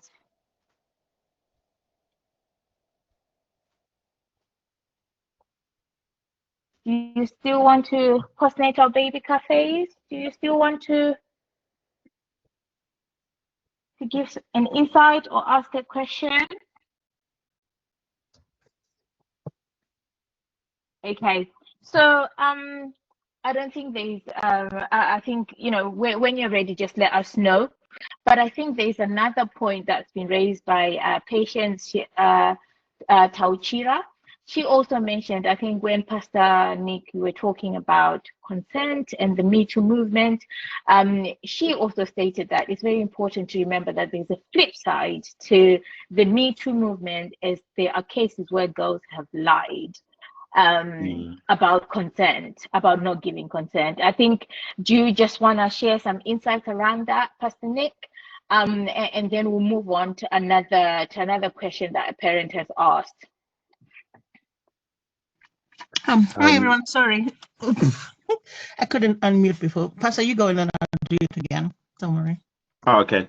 Yeah, thank you for the person who raised the flip side. And I think I mentioned earlier that we need to address the gray areas of consent, where, and we're seeing it these days, especially the person has just mentioned, especially to our boys. There has been cases where, especially when they're high profile or just anyone, or maybe just to get your son, where girls have lied that I didn't consent when they consented. And I think it goes back to also equipping our boys to read those clues. I gave the example of that celebrity who took a girl home, and the second she said, I don't feel like I should be here, and he cut it off. And I think that is a very important thing, to have the boys also understand consent, read clues, and being willing to cut off any interaction the moment they feel manipulated in any way, used in any way, and also to have that wisdom and awareness that it's not everyone that they're interacting with that has the intention of knowing them for a relationship, to build a mutual something. Some people are looking for an opportunity to use, to lie, to abuse, or maybe later it benefits them something that they want to turn around and say, no, this person touched me or did something in a way that I didn't agree to. And I think I will overemphasize that the boys also need to know they cannot, consent is not for girls, but it's also for boys to go into situations not blindly, but aware of understanding, reading the cues of their girls or girlfriend, and understanding I will not go beyond any situation if both of us are not consenting to it. And understanding what has been shared by Tammy and the rest of this evening, what consent is, the age, the capacity, the ongoing, it can be stopped at any times. And I think those are important things that will protect largely our boys in situations where the Me Too movement can be accused, protecting themselves online, on online consent, digital consent, where we don't just take issues like Temi mentioned, sex images and just share them or laugh about them, but where we keep our boys to know how to draw the line, how to stand on the values and the principles that we are raising, be it spiritual principles, be it cultural principles, be it just their goals and dreams, just to know how to stand on those things and protect them. I think for the sake of time, I think that is one important thing that I would drive on the flip side of the Me Too movement. We only can apply knowledge, wisdom, and caution of knowing how to read situations and get out of situations in time so that we're not manipulated into things that did not happen. Thank you. Yeah. Thank you. Thank you, Pastor Nick. I think we'll go to, and I think it's important. Thanks, Patience, for raising that. We need to have a balanced conversation, right? If we're going to be proactive in our approach, I think it's really important we look at both sides of the coin and both sides of the discussion so that we are prepared as parents, because it will enable us to also empower our children. Okay, we'll move on to postpartum cafes, I think, and then we'll ask the next question that I've seen in the chat. Thank you so much, everybody. My name is Jackie. I'm a midwife. I'm community-based midwife mainly, so I deal mainly with postnatal care. The question was being asked, when do you start to ask to tell your children? One thing that's changed in this generation is social media. When we were growing up, that wasn't there at all, but now it's everywhere apart from the television, obviously. So our kids are growing so much faster than we know. Before I ever became a midwife, when I first arrived in the UK, I worked as a nanny, and I was looking after kids, 5-year-old, newborns, and the whole lot. And these 5-year-olds were very, very advanced, and there was no social media at that time. This was, I'm talking about 90s, whatever. So what I want to say is that kids are much more curious than we give them credit for. So my advice to parents would be, when they're at least 8 or 9, or especially if they start having their periods, because unfortunately of the GM and everything that's going on, I would recommend that we start talking, start having that conversation. In my own example, I remember once having grown up in Africa, my baby sister and I was 11 and she was 9. So one day, whenever Dad wasn't at home, because my dad used to travel a lot, we used to go into their master bedroom, and it was a fun thing. So one day we're just walking up, really excited, playing hide and seek. Mom comes into the room, and then she says, "Oh, girls, I need to talk to you." And we're like, "Okay," really excited. You know, she must tell us just whatever. Remember, I was 9, and she was 9, and I was 11. And she goes, "I need to tell you about something." And we're like so excited. "Oh, what's Mom going to tell us?" And then she goes, "You're going to come to a time whereby you're going to have periods." Now, my mom was a midwife, and we used to have women coming over giving birth at our place. So we were used to that kind of whatever, seeing things happen. And even in our own families, typical African context. Anyway, so she sits down and she says, boys are going to start approaching you because of sex, and men, and the whole lot. And also you yourselves, your bodies may start demanding sex. While I don't approve of it, because I would advise that you wait till marriage, I'm not going to stand in the way. That's a decision you're going to have to make for yourselves and God. However, I've advised Auntie so-and-so, her friend who was a sexual health midwife in town, I've advised Auntie so-and-so, if you ever feel the need to have sex, go to her, and I can promise you she'll never tell me. But rather than have babies out of wedlock and the whole lot, I would much rather you waited. However, rather than have the babies or everything that goes on with it, go and have basically your tablets. Friends, that tied my legs like for years. Because first of all, I was extremely embarrassed that she was talking about this. So after many days, I went back and I said, "Mom, how could you tell her?" She goes, "Well, at the end of the day, you're growing up. So if I don't tell you, who's going to tell you?" So my advice to you is, you may think that they're too young, but now with everything that's going in the country, babies as young as 3, being introduced to 2 mummies and 2 daddies and all these things and that's what goes on, my advice would be, follow your guidance. I'm a believer, so follow what the Lord tells you, but remember social media and the peers are growing up your children before you know it. That's what I had to share. Thank you. Thank you so much for your insights. I think Joyce Dube does have a question. I think just to also point out in terms of to the last speaker, postnatal cafes, I think we had the privilege, I think, when we were growing up, that there was a tete, there was an auntie, there was a sekuru. I think at some point, the reason why sometimes we are finding ourselves in this situation is because those supportive structures are no longer available. But by the by, so I think it's also important. I think it's also encouraging us to have relationships with our own children, because on the flip side of that, wanting to have a balanced conversation, there were people that were abused by those aunties and by those uncles as well, in terms of that. So I think as parents, I totally agree with you that let's let's have those conversations as early as we can, just ensure that we're all empowered to have this conversation. But thank you so much for your contribution. So I think I've got Joyce, who also want to contribute or either ask a question. If I can just ask you to be brief, because we've got about 10 minutes left. We also want to conclude the discussion and talk about what's upcoming in the program. So Joyce, if you can make that brief, then I'll ask another question and then we'll conclude. I will conclude the discussion.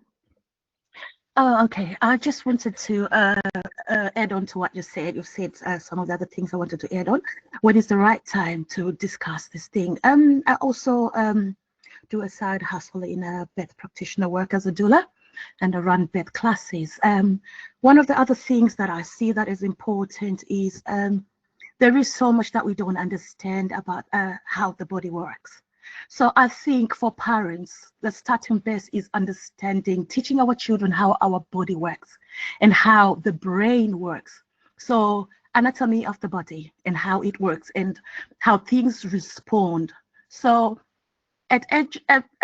be age appropriate with the things that we need to talk to them. So start them early, because I understand that training starts in the womb, because it starts from the prenatal influences of the mother. That's what most people don't know. So sometimes by the time the child comes out, how we connect and bond with the children that we have starts from way back, not after they are born. So that bond, as we go on, the children naturally gravitate to what we are, their safe space. So as they grow up, each phase, or according to how they're growing, because we don't really have a definite age that we can say at 2, 3, 4, they are different. And the other thing I'll say, like you say, is it depends with the adults who are around you. It's important to know who are the adults that my children are around, who are the teachers, who are the childminders, who is this auntie. And also there's this thing of calling everybody auntie, and children become so attached to people that are not close to us, which is also something that I'll raise a caution on, because sometimes some of these people are not really safe. So understanding their body, teaching them what's right or wrong, safe, healthy relationships, and then building on that and their curiosity as well.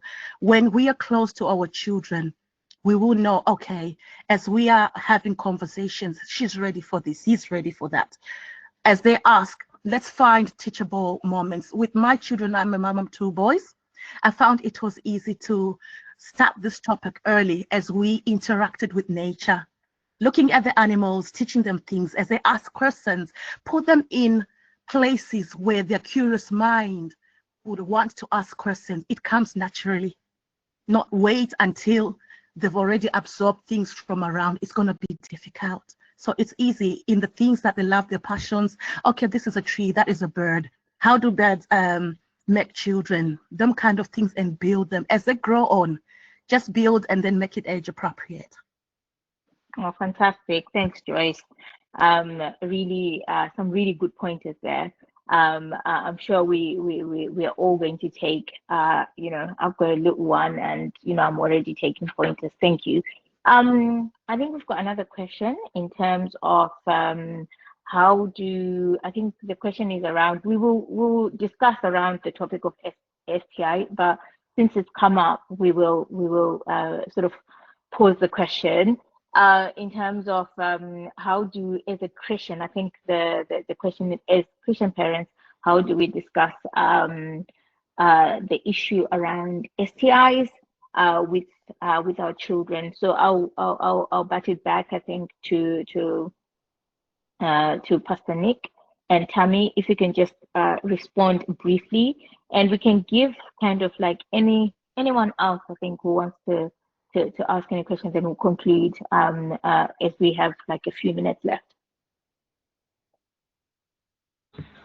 Thank you. I think there's a couple of things as a Christian that I think are foundational to whether you're talking about STI, sexuality consent, is to build it on, number one, on this idea of God's love and God's grace for all of us. I always have at the back of my mind as a parent the story of the prodigal son, that even though he went away, messed up, things happened, the father was waiting with love. And so I think in as much as we may desire our children not to fall into these things, but I think it is accepting that we are living in a fallen world, in a system that they're going to be exposed to failure, but that we start with grace. We do not condemn. God has loved all of us in our mess, in our mistakes, and he continually does to do so. And I believe God's desire is that a parent represents his heart of grace and mercy, not of judgment.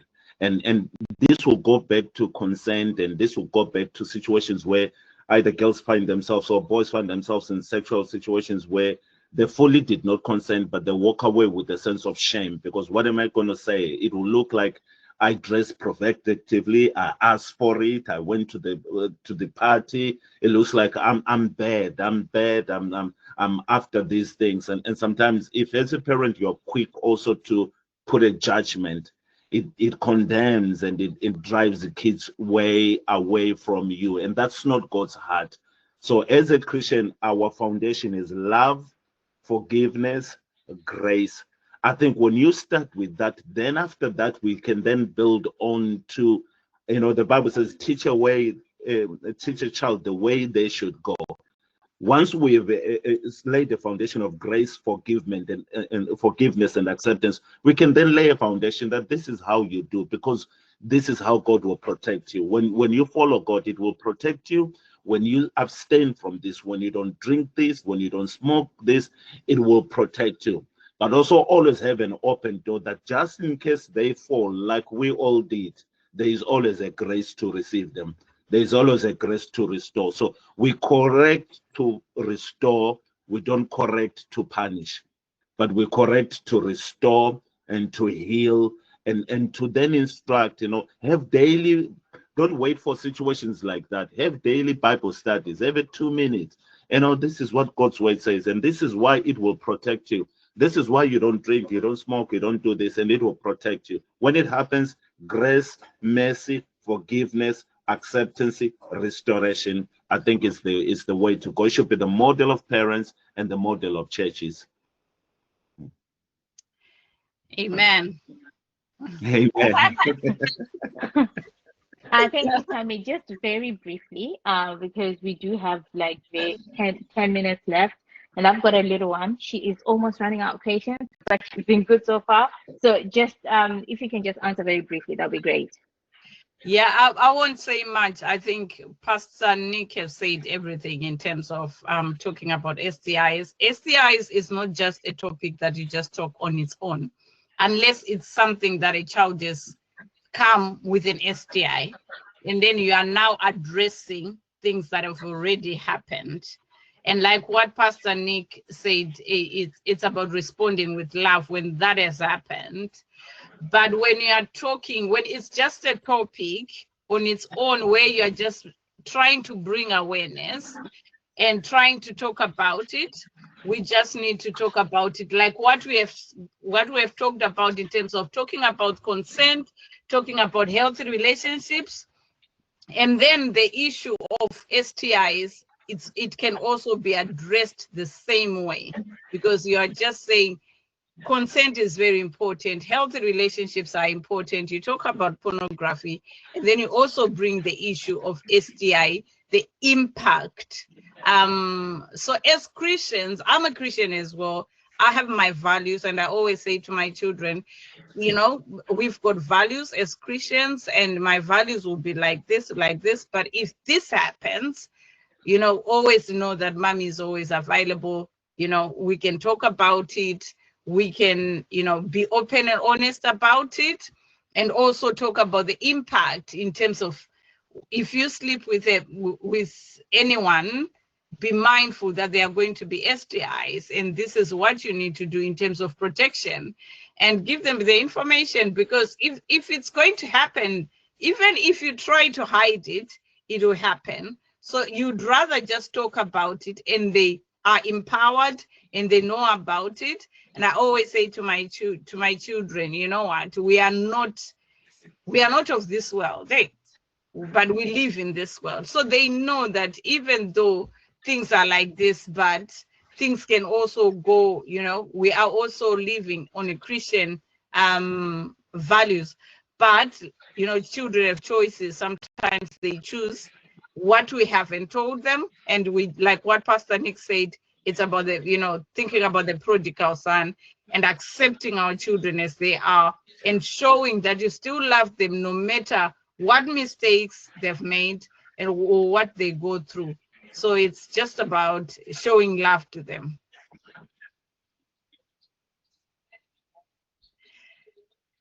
Yes, Rumbi, I'm done now. Thank you. I think, thank you so much.